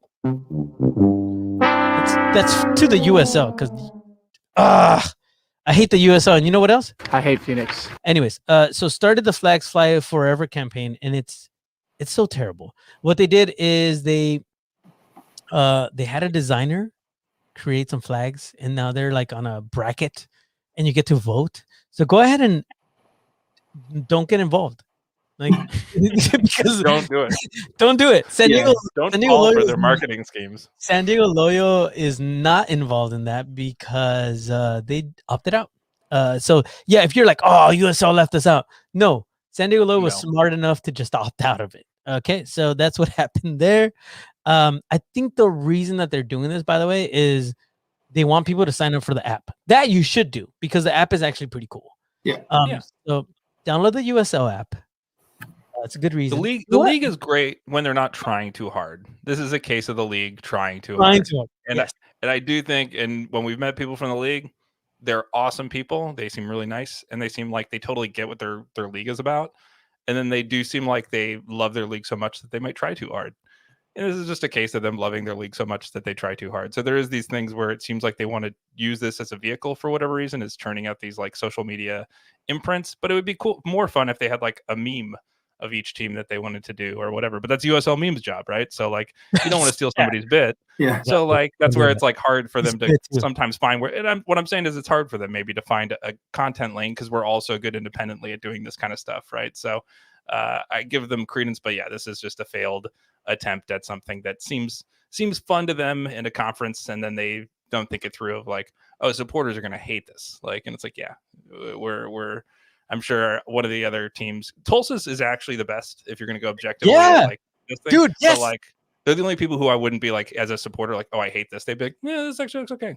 If I was an outsider and I didn't even support the league, Tulsa's for sure is winning. And that's from an outsider perspective. I was looking at them, I'm like, these are also terrible. The rest are By the way, garbage. Yeah. Discord. I'm just gonna keep throwing that into the podcast at this point. If you're not on Discord, check your emails. By the way, we'll get to that right now. But if you remember, Discord is the place to be because I made a comment. I'm just gonna throw it out there right now, because you know, I hate Phoenix, and it is what it is. I mentioned in this flag thing, if you look at the Phoenix Rising flag, I'm like, it's funny how these are supposed to like be the identities of the club, right? And how they're represented. And the flag itself for Phoenix Rising is the crest in the middle, and then it's a desert with vultures floating around. So it's like, I think I said something along the lines of, I think it's funny how Phoenix Rising's identity is a deserted desert with vultures around it. It's almost too poetic, to be honest. And it feels that way so much. But if you go back and you like Orange County's flag, so bad because it's like a Volkswagen van with oranges around it. Oh yeah. What? That's what USL in Tampa thinks of Orange County, right? Like that's their like mental picture. Thanks, Steve. Thanks for mentioning that. So, Steve, where are the offices of the USL? Tampa, Florida. They're known for being the most enlightened and cultured people. So yeah, right. Yeah, and I'm sure they're from all over the country a bit, but yeah, it is tough when the culture you're surrounded by, unfortunately, is Floridian culture that is also so far away from where we are that they just don't have any infusion of probably what we're about or anything California. I'm surprised they didn't try like a Laguna Beach thing or like something like that with Orange County. So trust me, like it would have been good. There was things that could have swung a miss about. Drew, you said it well. Like it's trying too hard. Like, what's the purpose of this? And I mean, Jerry, I get it, the USL app, like, but come on, like, there's other ways that aren't so like cheesy and come off like this, you know? It is like just let the culture be the culture and let the clubs be their clubs. It's not that hard. Sorry, Tommy said, okay, someone help me out. What is USO? I'm USL. Sorry. USL. Oh, by the way, I should probably mention Pelotero is 10% ABV Innocent Imperial IPA. All right. we keep saying USO. It's just my you list. Sell. It's my list. Sell, you sell. We all sell. All right, we're just having fun now at this point. Yeah. Okay. We should go post show. But yeah, I think like generally this is just a silly thing, and I try and applaud the league in most things they do, but this was pretty silly. So for me, I'm good though. I'm glad that the club that we respected us enough to not have to drag us through the embarrassment of them butchering our city with a flag. So props to the club, and thank you for reading that off of what our disappointment from the sweater during Christmas. Because that was a real disappointment. We were like, oh, and they did make us a sweater. So thank you for making us a sweater and trying to make it right. But yeah, it's just those kind of things where you're like, oh, it's just, you're leading us down a pathway that you don't want to actually go down. So what's the point of this? Yeah. And why are we even having this conversation between us and the league as supporters? It's like, okay. It just disenfranchises them to us. Exactly. Or like I'm less likely to engage with their content because I feel like I'm going to be looked at by other fan bases as somebody who like doesn't get it, right? Like, or that I actually legitimately think it's good. So it's like those kind of things where you want to at least walk that line of just being the brand and being the shield. So if they want to be the shield, be the shield. Don't do silly things like put flags out that don't mean anything, or sweaters. So, but otherwise, great work from them for the coverage they do on the team, and the player profiles are always really cool to see highlights of those. So I do appreciate that from them, to give them a compliment sandwich there. Yeah, absolutely. One thing that we definitely will jump into probably after the match is my jersey. There's been people talking about my jersey that I'm wearing right now. We'll get into that in just probably in the after hours a little bit. If Steve is nice enough to stick around, and Drew stick around for you, yeah, cool. Greg did mention, I do have to bring this up. He mentioned watching Soccer Shorts really makes me grateful to our supporters group leadership. That really enriched me and my family's lives. This is huge, man. Cheers, Greg. This is awesome. And if you haven't joined, please go to Patreon and sign up for Soccer Shorts. John Cross is doing such a great job. Amazing. Feel free to go back and listen to the podcast where we had him recently. But the episodes are just, man, so good. And if you're on Patreon, you get a sneak peek of everything. Should be released very soon, actually, here in the 9 days or so, if he can have it ready. No pressure. But he did say that everything, the public release should be on the 22nd for episode 1. If you want to see all the other episodes, join now. It's worth it, I promise you. But that's huge. For sure. Greg, thank you for that. We're gonna go back to me and us. Yeah, you guys have both had a chance to check it out, right? Oh yeah. Okay, cool. Very good. I will, and I see Alfmir's comment, address increased capacity. That's exciting. We still don't know what that might be in late May. I mean, obviously right now, orange tier, 33%. I believe the next tier is 67% or 60%, either one of those two. That's a lot more that matters. So hopefully, we San Diegans can get there. And then road trips. I still have not heard anything from the club regarding the Phoenix Rising situation just in a couple weeks. I reached out to Phoenix personally and I got ghosted. So I am going to follow up just in case that leads anywhere. But I'm still, the expectation is us as locals, organized supporters away, will have no access to Phoenix's matches. And then the rest of the games through May leading into our home opener aren't necessarily like organized away trip kind of games. They're a little further away. So that first organized away trip might be after our home opener. That's kind of what it's looking like. There's a couple in early June that look promising as far as, say, Orange County. I know Las Vegas is late June. And we're still, again, I iterated a lot last week. We still need to be careful. We still need to heed social distancing guidelines to get there, but there is promise on the horizon that's exciting, so we'll see. We'll see. There's hope. With that being said, okay, nobody get confused. Our Las Vegas games are still being held in Las Vegas. They're not in Los Angeles. I want to make sure that nobody drives to LA for those. And just kind of moving forward with everything. Yes, Samuel, I agree. Phoenix are a bunch of squares. Oh, I just got an email back from Phoenix. I got an email back from them. It's just a rolling tumbleweed. I hate Phoenix. I do. Hate those guys. Okay, let's jump into locals news because we're running out of time. Membership update. If you haven't checked it out, you're a member, check your emails. If you didn't get an email, let me know. There's a couple of people that had some issues. I think it was just they had old emails for whatever reason attached. Or if you filled out the form and you put like a 2 instead of a 1 or too many numbers, sometimes that can happen too. So. Yeah, because the emails are out now at this point. If you just signed up in the last couple of days, maybe you didn't get that yet, but you're going to get that email. And it has the information for the Discord. It has the information for our gear, which has been, everybody's been asking about it. Steve, you're not at home, but I understand that our Floto has received some merchandise. Our designated director of shipping. She may still be here along with our director of merchandise, Eileen Burns. Shout out. Yes. What's going on with that, man? So yeah, the scarves and scarf chains have landed. Stickers got a little bit delayed on the ordering side. Things got delayed. So those are on order. I am still in Phoenix. I need to get home and get this kind of stuff put together. And there's hope for me very soon to get this stuff out. We really want to get you guys what you paid for and what you deserve. So working on this as soon as possible. Work is dragging out here. So our goal was always to have it in your hands by at least a week or so before the Phoenix match. I think we're still right on time for that, if not a little bit earlier. So it's going to be good. So don't worry. You will have it by then. It's just a question of trying when in the next 14 days we're going to get it to you. So. For sure, we'll get it done. Yeah, absolutely. And talking about scarves, shout out once again because I see you and they've been asking. No, we want to talk about this.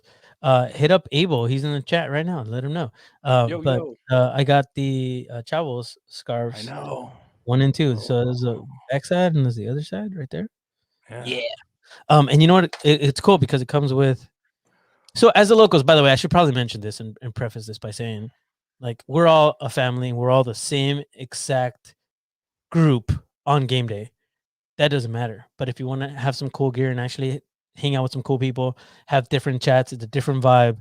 There's going to be different groups that are going to be popping up, and that's absolutely normal, and it's going to be absolutely okay. Don't be like, oh, I'm cheating on the locals. No, this is we're all 3 of us are members actually of Chavos. So it comes with like a sticker, it comes with a really cool patch, and it comes with a pin. So go and hit them up. I think they're sold out at this point, by the way. I don't know why I'm giving them this commercial, but I think it's coming back. And so just put a new order in. Go get involved. There's a new order going in and some other stuff. Just hit up Abel. I'm just gonna put all this pressure on him at this point. We're absolutely in this together, man. And along with Kevin and Mark and Sam, I know those guys are all just killing it. There's a level of excitement too. Like I remember being in their shoes, when we were like first launching memberships and first getting our scarves out and first like getting that. So I mean, like Jerry said, there's no hostility, there's no competition. It's not like, oh, they have their scarves and we don't. Like it's just a matter of like they got it out, they're putting their stuff out there, we're on our way, and go check their stuff out, go check them out. Rising tide lifts all boats. The more we can do to build and grow the supporters culture here, the better. Just because the locals were the first group, whatever, doesn't necessarily mean that we're the only group, nor that we need to, have some kind of stranglehold on this section or supporter culture here. It just means that we're the first people to put it together. But that doesn't mean that there's not going to be a lot more other groups coming along that are going to help grow this family. So, shout out to them. Hey, your audio is going weird right now, Steve. I just want to make sure. Well, Do you hear that as well, Drew? Yeah, it sounds like a fish, like Seattle. Yeah, like Seattle Hackers. That's weird. He's in Arizona. And it does sound a little bit just like reverby. But other than that, but Steve's right. I mean, it's all about everybody together. It's generally the gist of what we're all saying is we're a family. Most of the people I think that I know who have signed up. Obviously, I know a lot of locals, and I know a lot of locals who have signed up. So most of the people I know who have signed up are also locals. And so it is, totally a thing to be part of both. And I'm excited to see what they do. And they came to us right during the first time I met them I met them in different capacities, different people involved with Chavos through Barcata, through other, events here around town. But when they came and said, hey, we want to make Chavos a thing, and they had a drawing of what it would look like, was at the Reno match actually preseason last year. And so it's pretty cool to see where it's come from them to now. I missed them, unfortunately, today. I was supposed to come down to Balboa. I just had to do dinner and get back for this. So cook dinner in that sense. And so just couldn't make it down, but I'll see you guys hopefully here on Thursday. I think you have another pickup for folks like myself who put in an order already. So thanks for you and what you're doing. It'll be fun to chat with you then and catch up and see what you guys are up to. So thanks so much for keeping the spirit going and creating. Creating is so hard. It's so hard to actually create something. And so just to create something, and in this case, something that we're all so passionate about here on this podcast, as well as anybody listening, is pretty cool. So definitely give them some love and help them out, and on social and stuff. Just retweeting, if you can't buy a scarf at this point, just help them out. Retweeting, getting their message out there and what they're about, because just telling their story and their creation is the hard work at this point. So thank you for doing what you do, and thank you for providing that space. So appreciate it and can't wait to be together. Getting the beer burps. No burping, Drew. No. Oh, look, no, wait to be together in May there. Yeah. The design is awesome. So like it is. It looks beautiful. That's why honestly, I just want to get my hands on it. Like that's the biggest thing. Damn it, you owe me $20. Okay. He said, Echo. They're talking about Steve. Loco Echo. He slipped me at 20, but that's not true. He did not. He's using echolocation. He's Scuba Steve, so sometimes he has to. See, look, I'll throw in another 20 for a close-up. I'll do that again afterwards, even closer if you want. No, the gear is super cool. But shout out to those guys. They're doing great things. Screen cap this. He said, beer to all of you on me. Abel, you're going to go broke, bro. Deal. Didn't say what beer. Oh, he did say in a round of water for the rest of the match. Nice. Great joke. That is Chavos de Loyo. Loyo. Chavos. CHAVOS. Cool. Yeah, so make sure that you join our Discord, obviously, membership update. Together Thursday this week. Be there. Are we still doing 9 p.m., Drew? Yeah. That's what we want to do. Yeah, we might change it up depending on who can join us or not. But 9 p.m. on Thursday, it will be in your inbox probably tomorrow, and you'll have a link that's exclusive only to our members, and you can join us for Together Thursday tomorrow. By the way, we have an update we should be getting an update from the front office, the three of us tomorrow, and then once we have that, we'll be sharing it with you guys on Together Thursday. So make sure that you're there, because one of the questions coming into this was from Paul Naku, who said on our Discord, do you think the Loyo will have a vaccination section at USD like the Padres plan at Petco? Great question. Very good question.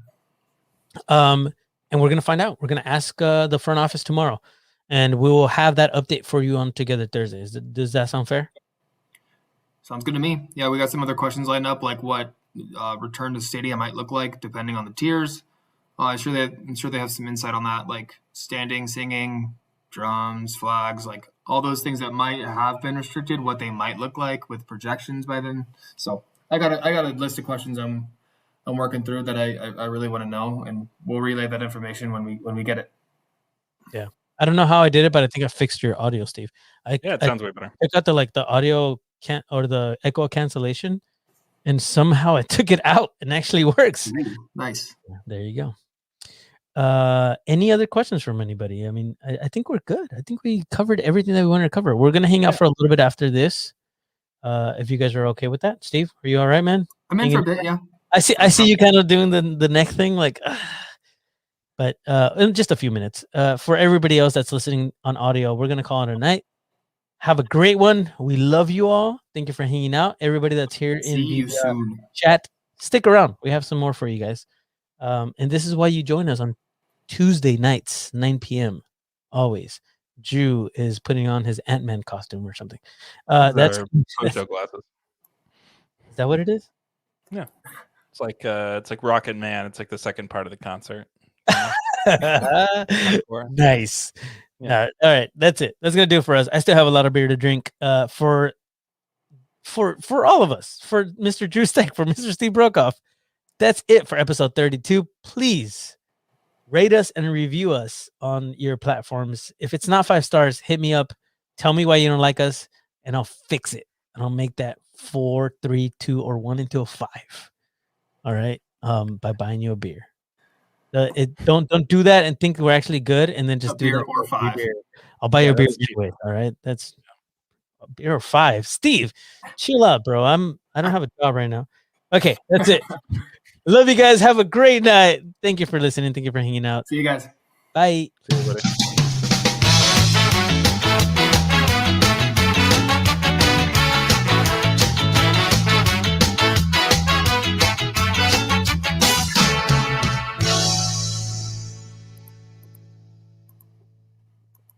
Whoop whoop. Hey Drew, in your radio voice, say, and we're back. And we're back, everybody.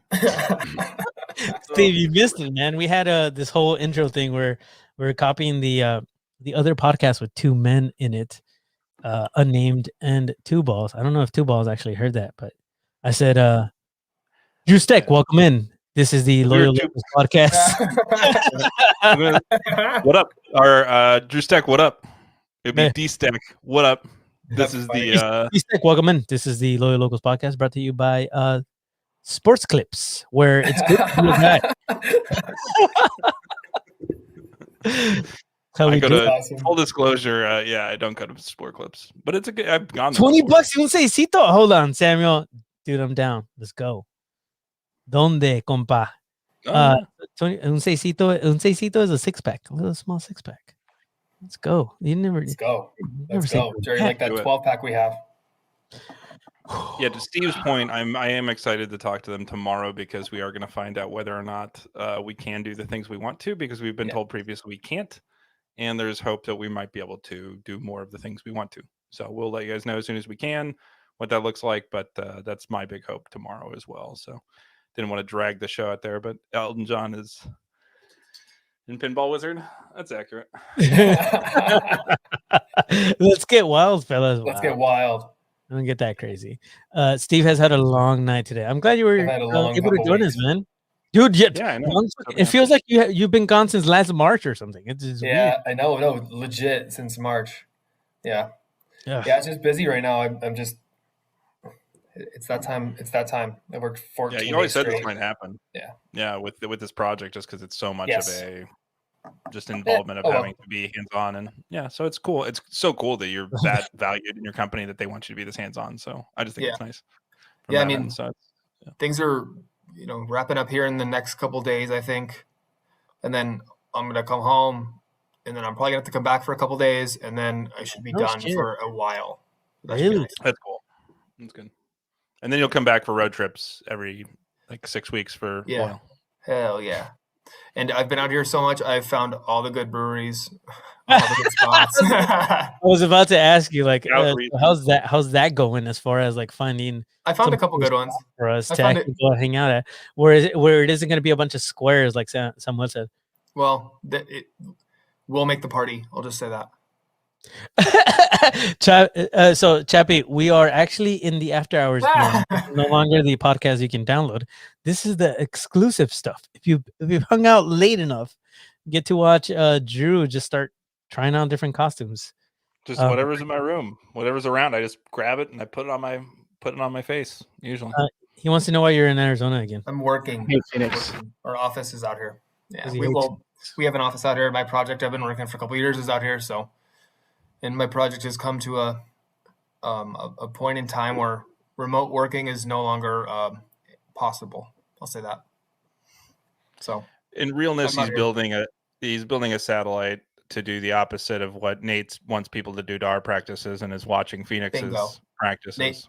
Nate said no, nobody can watch preseason, and I said challenge accepted. and to knock out all of the other broadcasts from the air. Right. He has full control. He's totally in here right now listening. Nate, I hate you. I love you and I hate you at the same time. How dare you? Honestly, again, I'm still not even sure it's him. But if it is, I'm just gonna blame it on him because it can't be. There's no way it can be our gaffer. It just can't be. Yeah, he loves us too much. He'd do anything for us. I just can't. He's a competitor, though. He loves a competitive advantage, man. Have you noticed Nate hasn't come on the show? I'm saying, dude. I don't know. Whatever. He was a guest on the happy hours last summer. That was a good time. He was all. I haven't gotten any text messages from the club yet, so they weren't. He's always been super accessible to us. So I don't want to strike against Nate personally. I also don't. I want to be allowed at things in the future. So I'm saying this to cover myself as well. But no, in realness, like I think Landon's a competitor though. I think Landon could talk to Nate. Nate could talk to him and say like, "Hey man, this is something I want to do," or even if both want him to do it. I get it. I totally get that end of it. I'm just saying from my angle and our angle, right? Like it makes it hard. It makes it harder to do what we do because it's just we don't have that insight to know what's coming or to promote kind of certain aspects of what's happening. Which I feel you better be doing this. Luis has it down. You better be doing this. You're claiming our section 109 for us in their stadium. That's right. Nice. That's right. That's what I'm doing. That's why I'm here. Yeah. No, I mean, yeah, T-balls. I thought of that too. I was like, I got to move here. The karma's too good. Hey, so what's the deal? How far away are you from horse shit? I'm really close, actually. What's it really called? Close. Yeah. I'm sorry, whatever. It's like south of Tempe, so kind of Chandler, but yeah, I'm really close. It's like a mile away, I think. Oh, dude, no, don't. Tempe and Chandler and words that only Zoni say. Don't say that. They sound like weird children's names. This is my children. I probably wear my San Diego Padres hat everywhere I go to repel the Zoni energy. A bunch of D-bags. D-backs. I really D-bags. Nick, I love you, dude. Yes. Trial run. Let's go. So for those of you, I think we mentioned it. If you're just joining us and you didn't get that, sdsoccers.com/finals. Get a ticket. Come hang out with us. Drew's still trying to figure it out. Steve definitely can't make it. But they're lying. How many in? 500? How many? No, I think they have maybe like 200 tickets. I don't know. 200. Okay. Sorry. The majority of Sunday sold out already, but Friday. Be there both days. I'm gonna be working, guys. So yeah, come and hang out with me. Because I can literally just go up to you and just hang out with you. Craig probably won't love me saying this, but I can. So it is what it is. I'm an independent contractor, so I can do that. Until they hire me officially, I can do that. And you have lots of access too at these things. I do. I have give you VIP. a pass and they're like, Jerry, go do whatever, and so he can go anywhere and say hi to anybody. So it is fun to watch you work at this and see a different side of Jerry doing what he's good at, but also just funny because it's a different capacity for sure. Well, yeah, if you want to see Jerry in a suit, this is your best place to do it. I don't wear suits normally. You're good in a suit. You're good, man. Well, Jerry, except for the State of the Union podcast. Oh, you killed me on that one. Steve, I just put on suits for everything. I put on a tux because it's a Tuesday, so it's. That was so fun last year, dude. Three of us should do that soon, by the way. Yeah, that was so fun last year when you were like, let's dress up. And I was like, let's do it. We look like nerds, but whatever. That was awesome. I can do the call to order. It'll all be in a Boston accent for no reason. The locals. Too good. 2021 State of the Union. Ooh, our president better be there Sunday, Drew. Called out here, man. My dog might be sick. I don't know. So. Wow! What a jerk! Wow, Drew. Now I'm getting your stick. It's I don't want to go hang out. I'm just gonna tell him. Oh, well, you buried me in your bus. My you dog. drove a bus over me, and then you backed it up again, and then. Oh yes, Luis. I'm gonna be there early, sir. I will bring you a beer if you're at the lot. Yeah, we will be sharing beers individually, not with each other, as would be irresponsible and a terrible way to model what we're trying to do here as a group. But yes, if I give you a beer, then you can have that beer. Yeah. Yeah. No, we're definitely not doing that. Just semantics, but yeah. Yeah, we're not doing that. But that's why I'm wearing the glasses. You actually can't see. No, I can see you blinking. You can't see anything happening behind here. We're not doing that. See anything back here? You can't see anything back here. These glasses block everything. You can't see anything. So yeah, I would say so. Like my advice for going to Ontario, if you're going to be there, is if you are BYOB, because Ontario beer sucks. Yeah, it's in the middle of a business park too, so it's like nowhere, right? Like the stadium, it's like near the mall, the arena there. Tecate, I'm down, dude. Tecate is not bad. I'll drink it. I'm not that much of a beer snob, bro. Yeah, it's not like here where we have Modern Times and a few other things around the block from the stadium. You know, it's not like that. It's definitely more. Won't be like that. Yeah, up Inland Empire kind of. Rowdy's. Rowdy's is, I think, the one brewery that's over there, and Rowdy's is they're okay. Yeah. My buddy from what is it? Now I'm drawing a blank because I'm getting tired. Striking Fury, actually, Philly, Christian Philemon, who actually also does the broadcasting. He's going to be on Colors with Craig Elston for these finals. Cool. He is from up there. Actually, they're kind of from far away. They're in somewhere in Hollywood, I think. But him and his wife very much do the Fury games, and we bet a 6-pack at some point, and we lost. So I was very happy to be able to give him some good beer and not receive shit beer. So that was good. Because Rowdy's is not good. He claims that you don't want to win. It's not. I was like hoping. I was like, I'm gonna. It's like C+ for San Diego. Is that what you're saying? Yeah, dude, 100%. Like our water here is so bad, it makes the best beer ever. And so I mean, those of us that drink beer here know that our beer is the best, and there's no question about it. And if anybody ever tells you otherwise, they're wrong. They're wrong. Hangar 24 is in Redlands. That's true. So yeah, Chappie said yes. Hangar 24 is in Redlands in the Inland Empire, and it is good. It's very good. And if you haven't actually been at Hangar 24, go there. That's actually a good brewery. Yeah, that's great. And Redlands is actually a cute little town. I actually like Redlands a lot. But yeah, the Ontario. Yeah. In Ontario, it's close by, but like near the arena itself, like within blocks, like there's nothing really around there. Is what we're saying. That's enjoyable. So you're gonna want to kind of plan your own adventure, as we do with COVID these days. Anyway, you're usually pretty self-sufficient. So, what was the one Hangar 24 beer that's like super good? I feel like it's on everywhere. Orange? It's literally like an orange. It was beer. on every tap for a while. Yeah, the orange wheat. The wheat? Yeah, the orange wheat. Yeah, but they make the Betty IPA that's pretty good too. There's another one. Oh, that's right. The Betty IPA is really good. Yeah, so there's a few from Hangar 24. Those are winners for sure. But there's a Cuba. Yeah, orange wheat. Yep. All right. Okay. Yeah. Look, Chappie knows too. God, it's good to have you back, man. Chappie always knows, man. Chappie sent me an evil message with his child in a Sounders gear and says, "Why do you hate my child?" Wow. Hey, Chappie. That's amazing. Congrats. Good banter. Congrats. You know yes, dude, yes. about it, but congrats.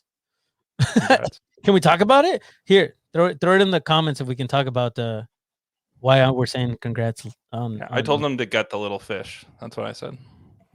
No mercy, dude. By the way, I'm so excited. And here's the CCL now. If you're still here, the people that are still listening, and you're not aware of the power that the supporters have, both in Seattle and in Portland, mainly in Portland. Portland is like the standard. There's been a couple of things still that you're going to hear about negatively from like both supporters, but at the end of the day, both of those supporter groups and that culture of supporters is great. And I think we're very much trying to learn from that and copy that and bring it here.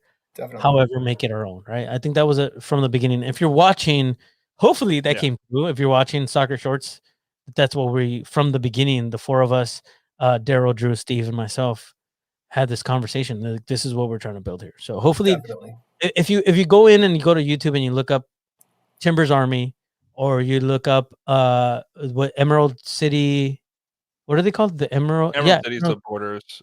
Emerald City Supporters, and they're a bunch of different groups. Yeah, they're more split out. Guerrilla Timbers Army is more of a Seattle as well. Timbers Army is very different than some of them, just because it's been so long that they've been going that there is factions, but they're a little less labeled. than others. They're a little more kind of free flowing, but it's all part of the Army. And then the Army also has the Riveters as well, which are their counterpart for their NWSL side for there. So it is kind of a conduit to where they have the overarching group that sits over both of those as well. So it is kind of like what we've envisioned here at some point, with hopefully getting a women's team as well and having that opportunity too. So that's always part of the plan, and we're always looking forward. But it has always been the goal to have that kind of ubiquitous feel to what we're trying to do as a group, whether it's us with Chavos and to be named or to be created groups, or just as as a supporters section to really put a stamp on what the experience is. And even in the chat, Chappie and I were talking, and we are saying like, yeah, that Seattle Portland rivalry is great, and he was even saying it's better in Portland, in his view, and in my view, it's just as great both places. Obviously, I love Providence Park personally, but the atmosphere is partly what they do there. Is that so much of the stadium is just supporters in Providence Park.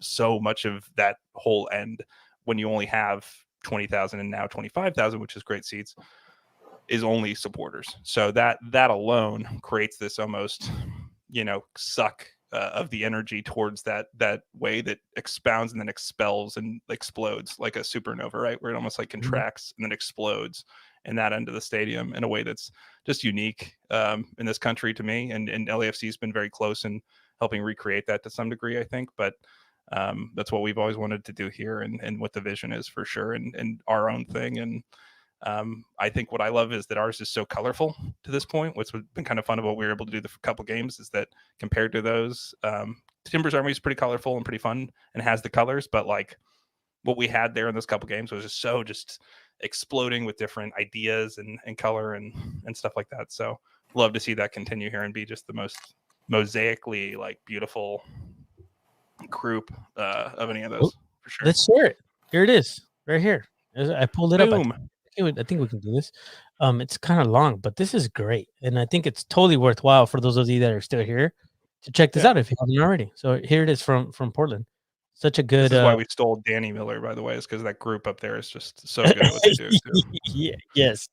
Yeah. Let's see if we can actually hear it.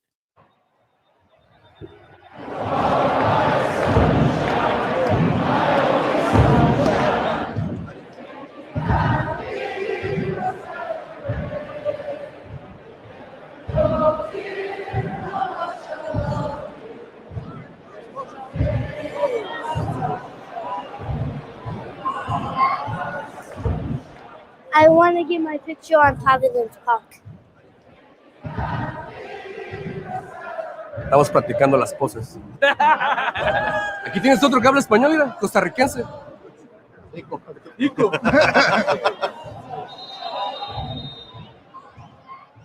Take my hand. Drew, you can hear this, right? My whole Okay. life too, but I can't help falling in love with you.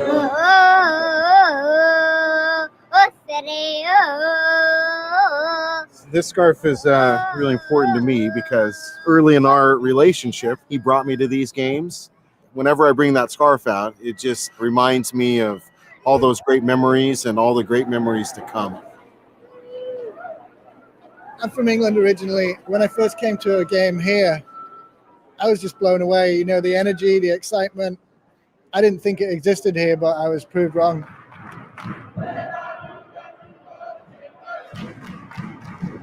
Our first date was watching a Timbers game, and here we are. I put my Timber tickets in the divorce papers. So I think I love the Timbers more than I loved my ex because I wanted to keep the Timber tickets. So good. I'm a Timbers fan because there's no pity in Rose City.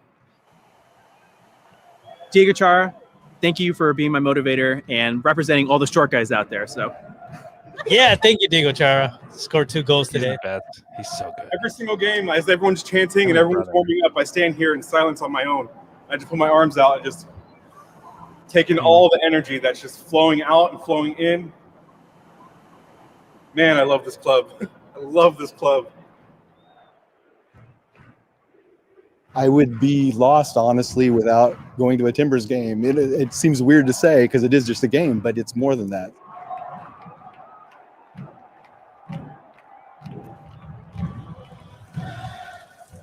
Doesn't matter that I'm from Iran. It doesn't matter that somebody next to me is gay, or it really doesn't matter. It's like how the world should be. We're all one force, a force of good. Yeah, I love being a Timber. Take my hand, take my whole life too, for I can't help falling in love with you. So good. Yeah, really so good. So the campaign they're doing there, why everybody's like taking photos. So they do a campaign with their supporters where they take photos every couple of years with their, usually every year, but it seems like it's almost every couple of years with their supporters, where they line up, you get a ticket, and then they'll take a bunch of photos for everybody. Some people use them as Christmas card photos or whatever, but then they'll choose a few and actually put them as billboards outside the stadium. And it's been part of their marketing for years. It's always been super cool to me that that's something they choose to do. And just for fans, it really endears people. And again, it helps build that culture, but that's where some of that's coming from. And it's just a magical, places. You can see people really love that space, and the space, having that space be the Timber space and be a place where soccer happens. And also for the Thorns as well, but it gives that specific purpose and that specific use that makes people feel like it is, as you could hear, almost religious or going to church or whatever. It's totally that. So, that's impressive to me in terms of, I was crying there definitely in a little bit that I was like tearing. I was like, I'm glad I'm wearing glasses because nobody can see that I'm Yeah, we can all see you crying. Yeah, no, it's so much of what we're trying to do here in terms of there is this passion. It just hasn't been tapped, right? Like it's kind of like if you've ever seen the old school maple tree syrup, right? What they used to do is just like go up and like put a thing in, like a little I forget exactly what they call it, but they like shove it in there and then it would tap it out, and then like syrup would come out of the tree and they would like spigot it like into syrup, right? So that's what we have a tree here that's so full of like sap that's just ready to pour out. And Loyal has been that thing that has shoved into the tree here to help the sap pour out and show everyone that this is a tree that's abundant and overflowing and always going to grow more sap for everybody. So just to get sappy with you guys. Spigot. There you go. That's a good. So here's the thing, just to add to what Drew just said, because that was really well put. This culture that you see coming from Portland has been built throughout years and years and years of history. It's not something that happened overnight. No. And it takes a lot of work. It takes a lot of effort. It takes a lot of manpower. It takes a lot to build that. It doesn't just happen, and we need you. Those of you that are still here now, there's a reason you're still here. You feel it. This is going to be big. The three of us here right now that you can see are here not as like, just somebody that's been here from the beginning. We're here to push those of you that are here now to spread the word and to tell others that, hey, we are here. So you might feel like, some of us maybe are out more face to face, like you can see us and hear us. But that doesn't necessarily mean that we're more than you guys. We are all a big family, and I want to make sure that you guys feel that, because sometimes, you might. I get comments like, you make me feel like I'm a part of this. Well, you should be a part of this, and I want you to be a bigger part of this. It's not about us, and the reason that we're here is because we just happen to be lucky to be in the right place at the right time, to know information, to be a part of this, and to push, and to have the time to do it. But other than that, there's nothing special about us. Like, we need you guys to be a part of this, and growing this is going to take an entire county, the San Diego County to be exact, to make this happen.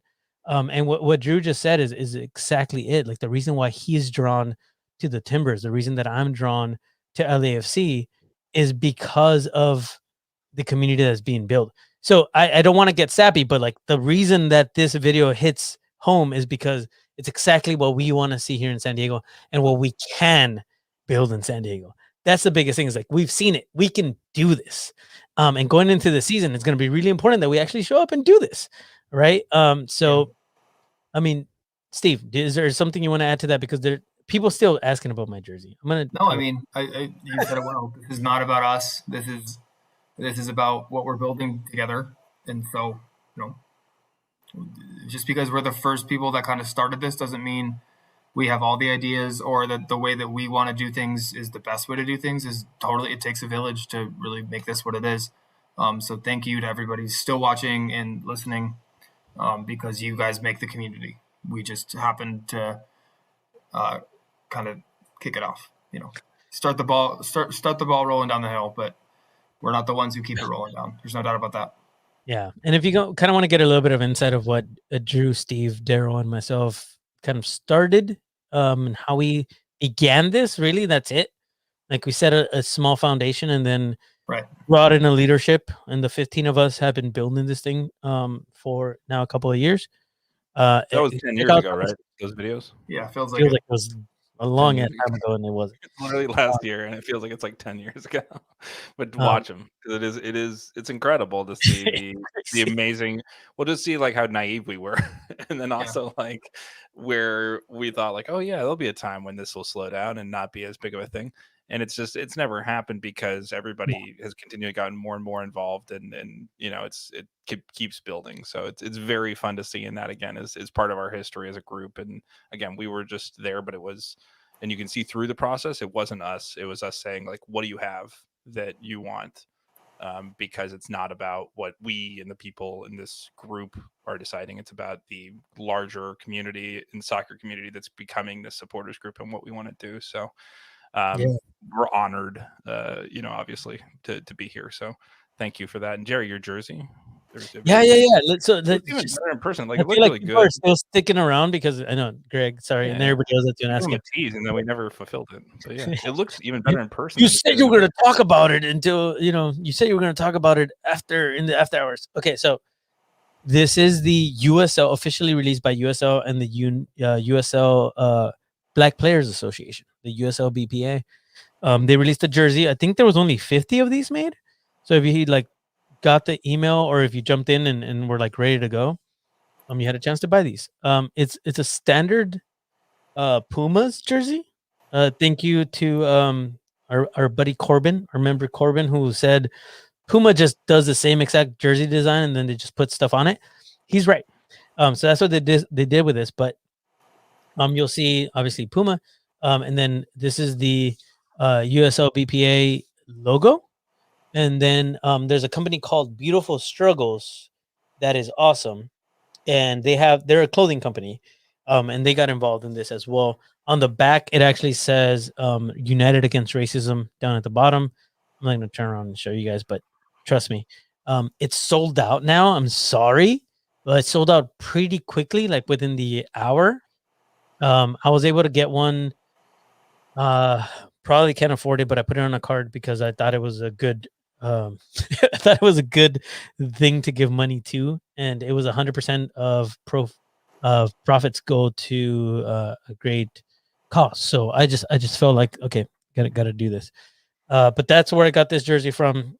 It was by USL, and they had a USL championship, and then they also had the USL League One version, which was in blue. That's right. This was in blue, and this was in blue. But obviously I went with the championship because we're part of championship. So if you go to USL, I think it's USL championship.com, and then go to merch, you're going to see the pictures of this jersey. And then I don't know if they're going to re-release it, but they should. Maybe. They didn't do very many of them. And I know that, but I'm proud to have one. I'm always on top of things, as you guys may have already realized. I hope. I'm trying, especially right now because I'm unemployed and I'm trying to figure out how I'm, gonna survive. But here I am buying jerseys, and they're for a good cause though. So hopefully that answered your question. So thank you for hanging in there. And all of a sudden our viewer count is gonna start dropping. Finally held out the jersey tease, man, and now that it's gone, they're just out of here. They're like, "Oh, you finally told us about it. We're out." I actually like the USL 1 1 better, but yeah, we're in championship, so I was like, I got to get the championship. Dude, me too. But I actually, by the time I went, XL was gone. I was like, no. Dude, I was like, I get sport too. The blue looks good. I agree with you, Drew. I was like, the blue looks really good. But no, he went, and it is a template, but it looks really good. But like everything on there matches really well, and just the way it's done is nice. And again, the cause you can't beat, and it's a kit that you're proud to wear kind of anywhere. So that's beats any sort of thing, regardless of what they're doing there. So I'm excited the league chose to do this. As I said, I just, as you said, I wish they would sell more so that they could make more to give to the cause. That's really how I feel about it. No. Yeah, I just think they wanted to keep it limited. I don't think they felt like they were going to be able to sell that many because the price point was pretty high.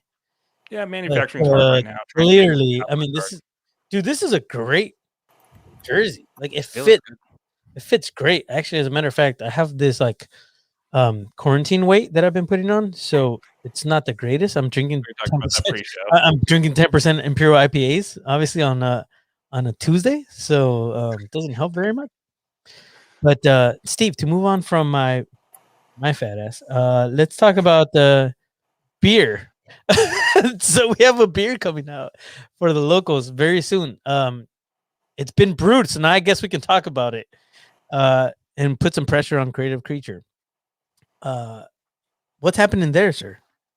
I've been on the fringes of this. I know, Jerry, you've been really intimate with the Creative Creature. You plug their beer all the time. So I'm going to throw this back to you. This was a lot of legwork by you, not like, wearing them down until they did it, but legwork and reaching out and making contacts and building friendships. So I'm going to let you take this one. Yeah, I was trying to give you, I wanted to give myself a little bit of breathing room. Hey, Jerry, no you chance. did such a great job with this beer, and No, I haven't done shit. No, here's the thing. I haven't done anything. No, what Jerry has done is do what Jerry does best, which is link talented people up together and make stuff happen. So part of what happened was reaching out to Creative Creature and finding out they had a love for the sport, love for the club, love for what we're doing, and had supported other efforts, in small pockets with soccer. They were like, hey, we really want to get involved with this. And so when Jerry met up with those guys, it was like very clear, right, that like this was the thing. And so Jerry brought them in and they started talking to us and they're like, hey, we already have a beer ready to go that we're going to brew, that we want to make your beer. We don't want to make it any other beer. We want to make it your beer. So that's pretty exciting, Jerry, huh? So what kind of beer is it, and what does it look like, and what are we rolling? I think we gave a name announcement, which was 109. So like 109, like fuck 09, like our band that did our intro here, which is pretty cool. Yeah. So Daryl, our esteemed Daryl, came up with that. Our buddy, our quad, who makes our stool sit up. It's just the three of us until we get Daryl, and then we have a proper stool over here. Yeah, 109. Here can't So this song that you listened to in the beginning of the podcast, for those of you, there's actually a lot of people that may not know this, but this is a song called "My Town" by Buck09. Okay, if you're new to the podcast, you would know this. If you've been listening to for a while, Steve, who is this? Buck09. For a while, I was testing them to make sure that they knew who this was. It's a Buck09. I don't think they're around anymore, but My Town, My Street. This song and the lyrics are about San Diego. Buck09 is from San Diego, and Buck09 rhymes with our section in the stadium at Torero. 109. What do you know? And so the beer is going to be called 109, and it is the artwork is going to be done by Mr. Travis Peterson. Brian Kelly, the head brewer at Creative Creature, reached out and said, "Hey, I want to make a beer with you guys." We already had figured out a plan to have them be one of our partnerships and for breweries. So we're going to be having some parties there. We might have some some local chavos there, is what I understand. It's going to be like a location where our local chavos can go and hang out. So those that are locals and those that are chavos as well can go and hang out in the East County. They're in El Cajon, and they make fantastic beer. And I've been drinking their beer for a long time. If you've been following me, you know that. I have one in the fridge. I may open here soon. But these guys are just fantastic. Beer again is going on. It's a pale lager. If you guys have had some Sierra Nevada before, it's going to be like that, but San Diego style. It's going to be local style. It's going to be hoppier. It's going to be way more West Coast than what you're used to getting from Sierra Nevada. But it's going to be a pale. It's going to be fantastic. It's not going to be an IPA, but it's pretty damn close. The point was you're going to be able to chug a few of these before a match. No problem. That's the goal. Yep. With IPAs, you need to enjoy those, okay? And I think as San Diegans, we know that. So with the pale, it's a little bit easier to chug. It is going to be hoppier. It's still going to be very much San Diego. And we're going to be working on some more beers, I think, in the future. But this is a fun one. This is a really cool one that we got involved with. Shout out to Creative Creature for making the first step and saying, hey, we want to make a beer with you guys. So the reason they thought of us. They thought of us for this beer. Yeah. Which I thought was cool.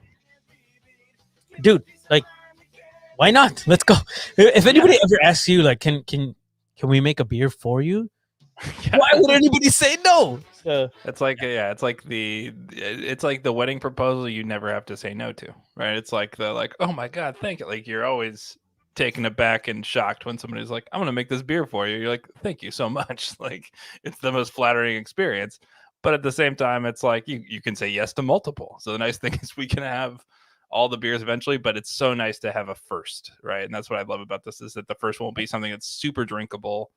It's around at a lot of stuff, and Creative Creature just does a great job with all of their just all of their beers. So I have no doubt this will be an excellent addition, and that if it's something they wanted to add as well, it's something that them as a brewery isn't a gimmick beer. It's like a beer that they really want to do, right? So that's something I really enjoy about this, is it's not just a, hey, can you make a beer for us? Or, hey, we're thinking of doing a beer or whatever. And it's this like, one-off collab. It's like, hey, we really want to do this, and this is something we're really thinking about. So I love all that part of it, and why Creative is putting into this. And they are creative, and they put a lot into their beers. So for me, this is exciting just to have something like that and have it be not unexpected, I would say, place, but out of a place that maybe we wouldn't have thought, if we had said, hey, this is where our first beer is going to come from. It's not. And that's part of what makes this journey so fun, is having different people step in and step up and say, hey, I've got a plan and I've got an idea, and here's how I'm going to execute it. And so Creative has come in with us and done that, which is pretty exciting. So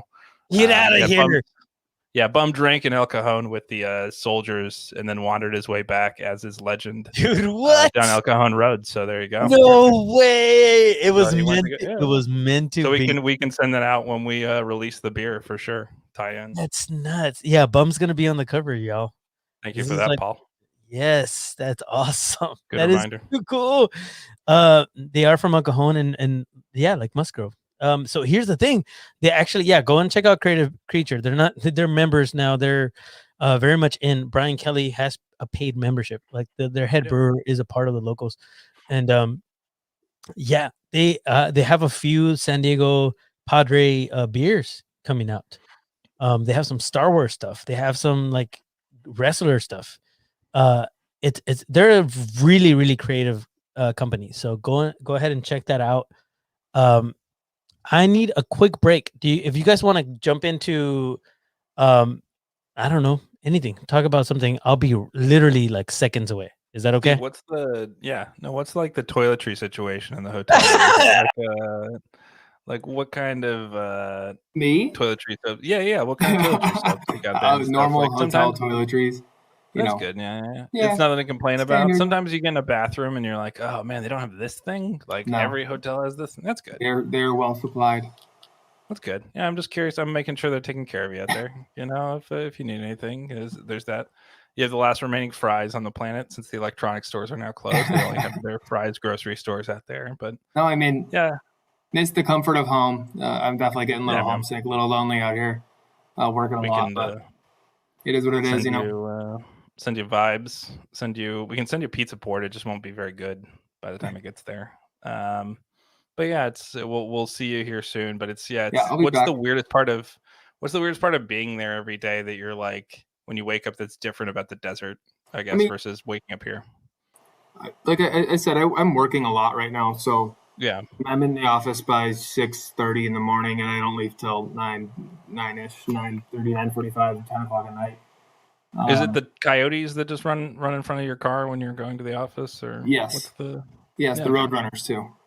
Yeah, those bastards. No, I mean it's just work. To me, it's just work, you know. Yeah, exactly. But yeah, leaving after, you know, don't get the comfort of home. No, it's totally then your child and Floatle, if she's still watching. She's not. No, I bet. Yeah, she's a hero. Proxy Watching FaceTime. our little guy for the last 2 weeks. The hell are you guys talking about? Arizona. Naked babies. Oh, my wife is a champion for watching Bryce for the 2 weeks. That was great. I was trying to ask Steve living questions to poke around his situation and see if he's really in space. My situation is dire. He didn't crack. He was very, very just it's work. I'm just in space doing space stuff. That's just like being on Earth. That's kind of the answer he gave me. So couldn't find a crack in there for you, Jerry. No, that's fine. Tom said, "Do you send your laundry?" I did laundry. How's Steve? It's been 3 weeks. I did laundry. I did it. Oh, you have a coffee maker? Yes. Nice. Yes, I do. I do have a coffee maker here and at work. I've been there for 3 weeks now. No, I packed for like 10 days, and I've been here for 14. But yeah. No. Oh, nice. So I love Do this. you have any astronaut ice cream or? Just kidding. You guys, that place next door. Yes, Urban. Yeah, yes. We've talked about and that too. The thing about Creative Creatures, we held one of our first supporters meetings there. We did. Way back when. We did. How's Daryl Biggs doing? I know he's pretty involved at first. He's good. He's very good. Yeah, dude, he's good. He has a baby girl, and so they had a baby, and he's been a dad. He's been a very good I actually dad. don't know how Daryl Briggs is doing, but I know that Daryl Biggs is doing great. So. Daryl Biggs. That's right. That's right. It's Daryl Biggs. And he is also a part of our council. So he's very much involved in making decisions now. He was our first at-large member of the Congress, who's not a leadership position specifically, but is a Congress member. We'll be adding more of those as we go here, probably the next couple months, in terms of people who are leaders but just don't have a specific position as director of whatever, right?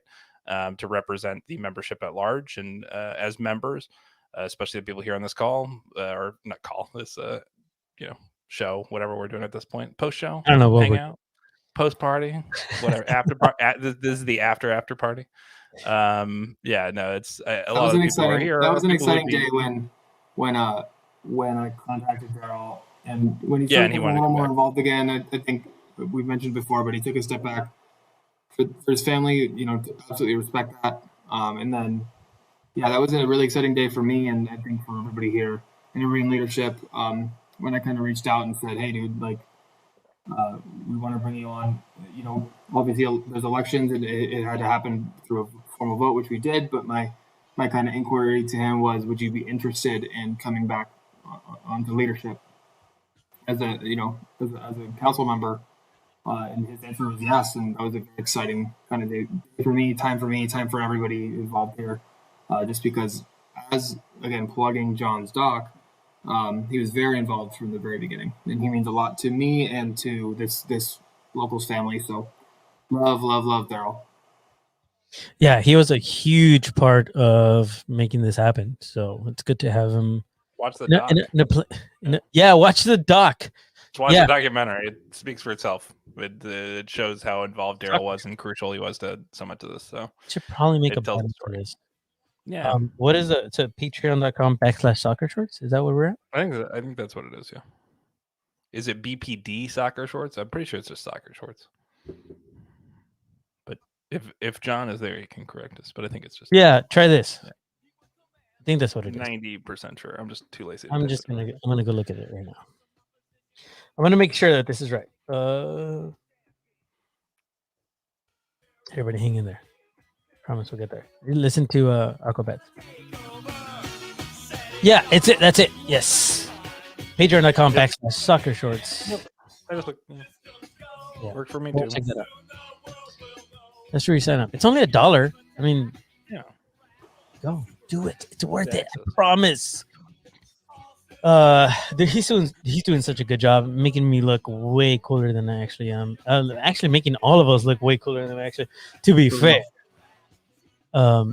So I'm excited for what is to come and what people say, and hopefully people like it and feel like we're building something that's worthwhile for everybody. That's the whole goal of this. Is we're building this for the future. Like really, it's for the future. It's not for us. So it's all of it is for you guys. So hopefully you guys For the future. Sorry, I was totally playing. So I was playing this for my kids the other day. Yeah, Aquabats. You were saying you're getting them into Oh, Aquabats good. now. And they're like, oh, God. I didn't realize they're still around. Yeah, they're just like they just keep going. They're like Batman. They never die. Somebody else takes up the mantle. I'm just surprised that the lead singer still has a bad tooth. Like it's crazy. Have you guys seen that? Yeah, members come and go, but yeah, it's like they're still pretty much the dudes. Dallas McLaughlin, shout out Dallas McLaughlin, local San Diego sports guy. They actually technically lives in Temecula, so not local. Just kidding. But yeah, he was a member of the Aquabats for a while too. So yeah, he's got ties there and did. What was the show that some of the members of the Aquabats helped produce for Yo Gabba Gabba as well? And some of that stuff as well. So yeah, the Aquabats. So for people with kids, I don't have kids, but Yo Gabba Gabba is the jam. They actually have they have a few episodes like on YouTube or something you can go and check out. Yeah. They're cool. They're fun. Tom said, can't wait to kick back and watch all the youngsters do the hard work. Yeah. You mean for the locals or for the team? Because either one, I think either one for the works. locals, but Either Tom, one you're still elected, man. You still got to work for a while. Yeah, dude, you ain't going nowhere. Sorry, we're not letting you. And it's all Steve's fault. Watch the doc, and you know. Watch the doc, and you'll find out. What? Me? Huh? What? What? Tom talked himself into trouble. I didn't let's be plan honest. that Watch the doc. whatsoever. Dude, Tom does such a great job of explaining, Steve, how you were like sneaky about dropping the bylaws on his lap and just being like, "Hey, look at the last page." Okay, Jerry, For no reason whatsoever. Put me on the screen. Put me on the screen. I didn't do that on purpose. Yeah.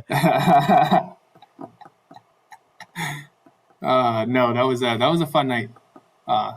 Things just happened to work out, didn't they?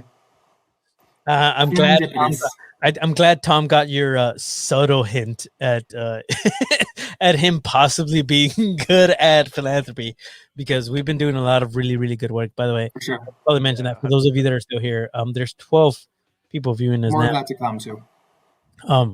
There's still very much a need for this. So please, if you're a member, check your emails. We might be sending out something soon. I'm gonna talk to Tom about it tomorrow.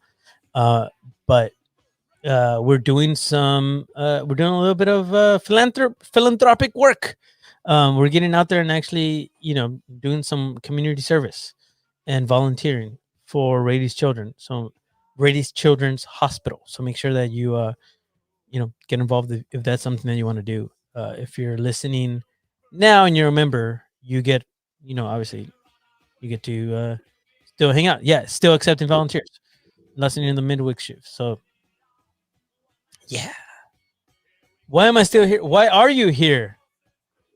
Why am I still here? I don't know. Do you have to work tomorrow? You shouldn't have to. You're Sneaking Phillips. Oh, someone's been watching the documentary. Yeah, there you go. Steve, do you want to tell this story real quick? Oh, we should probably get Tom on. Are we this. telling stories that Tom Yeah, tells in the no, documentary? Just tell people Dude, to no. They have tell to them to come pay on right John. now. You have to pay John to hear the story. Sorry. Oh, okay, Period. that's fair. That's fair. Yeah, That is John has a story. I don't want to scoop John. I feel trying like to help Tom John has out. at some point said this too, by the way, though. Yeah, but I Yeah. feel like John's owed this story. Well, go watch the John episode then. Then watch our content and give locals a shout. But yeah, no, it's Tom does such a good job of Tom explaining the story. I don't want anybody else to explain the story but Tom. That's kind of what I'm saying. Okay, that's fine. That works. Yeah. He But it's a said, good story.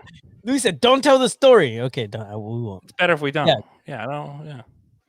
Not that Steve would tell it bad. I just think Tom tells the story better. It's funny. John's version is better. It's way better.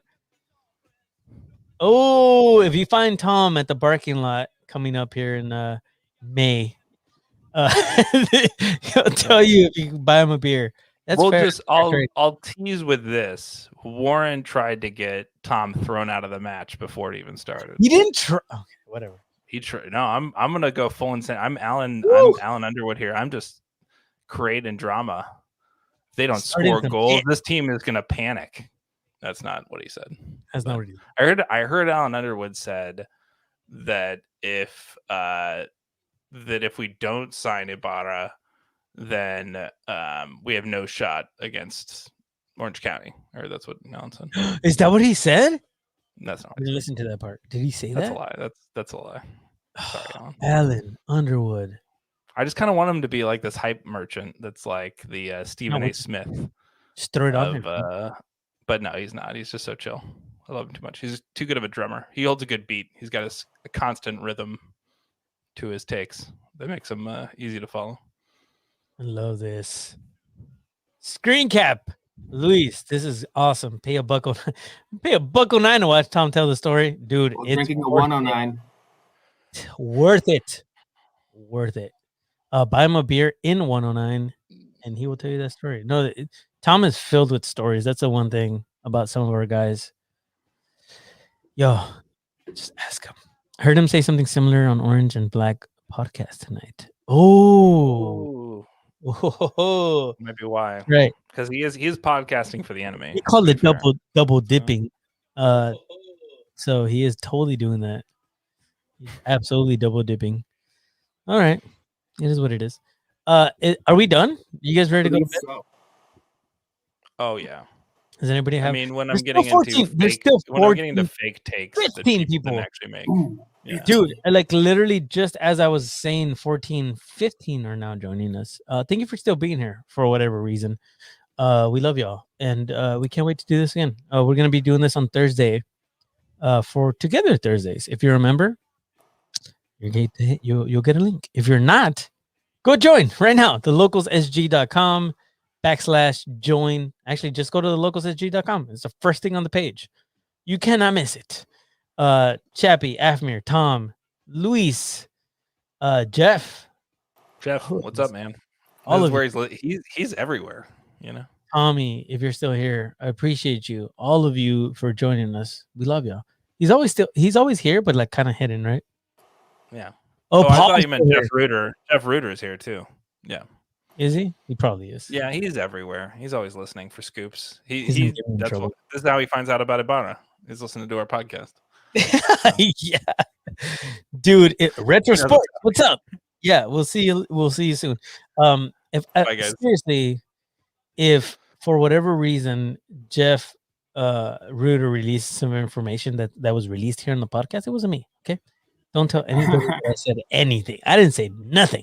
As a matter of fact, I have the power to delete this. So You guys want to keep the show going? Don't say don't tell nothing. nobody. Yeah, Snitches get shows taken off YouTube. That's what happens. that part. All right, that's what it. your mom used to say. Have a great night, you guys. We'll see you on Thursday if you're a member. If you're not, we'll see you next week. All right. Love y'all. Yeah. Bye. Bye.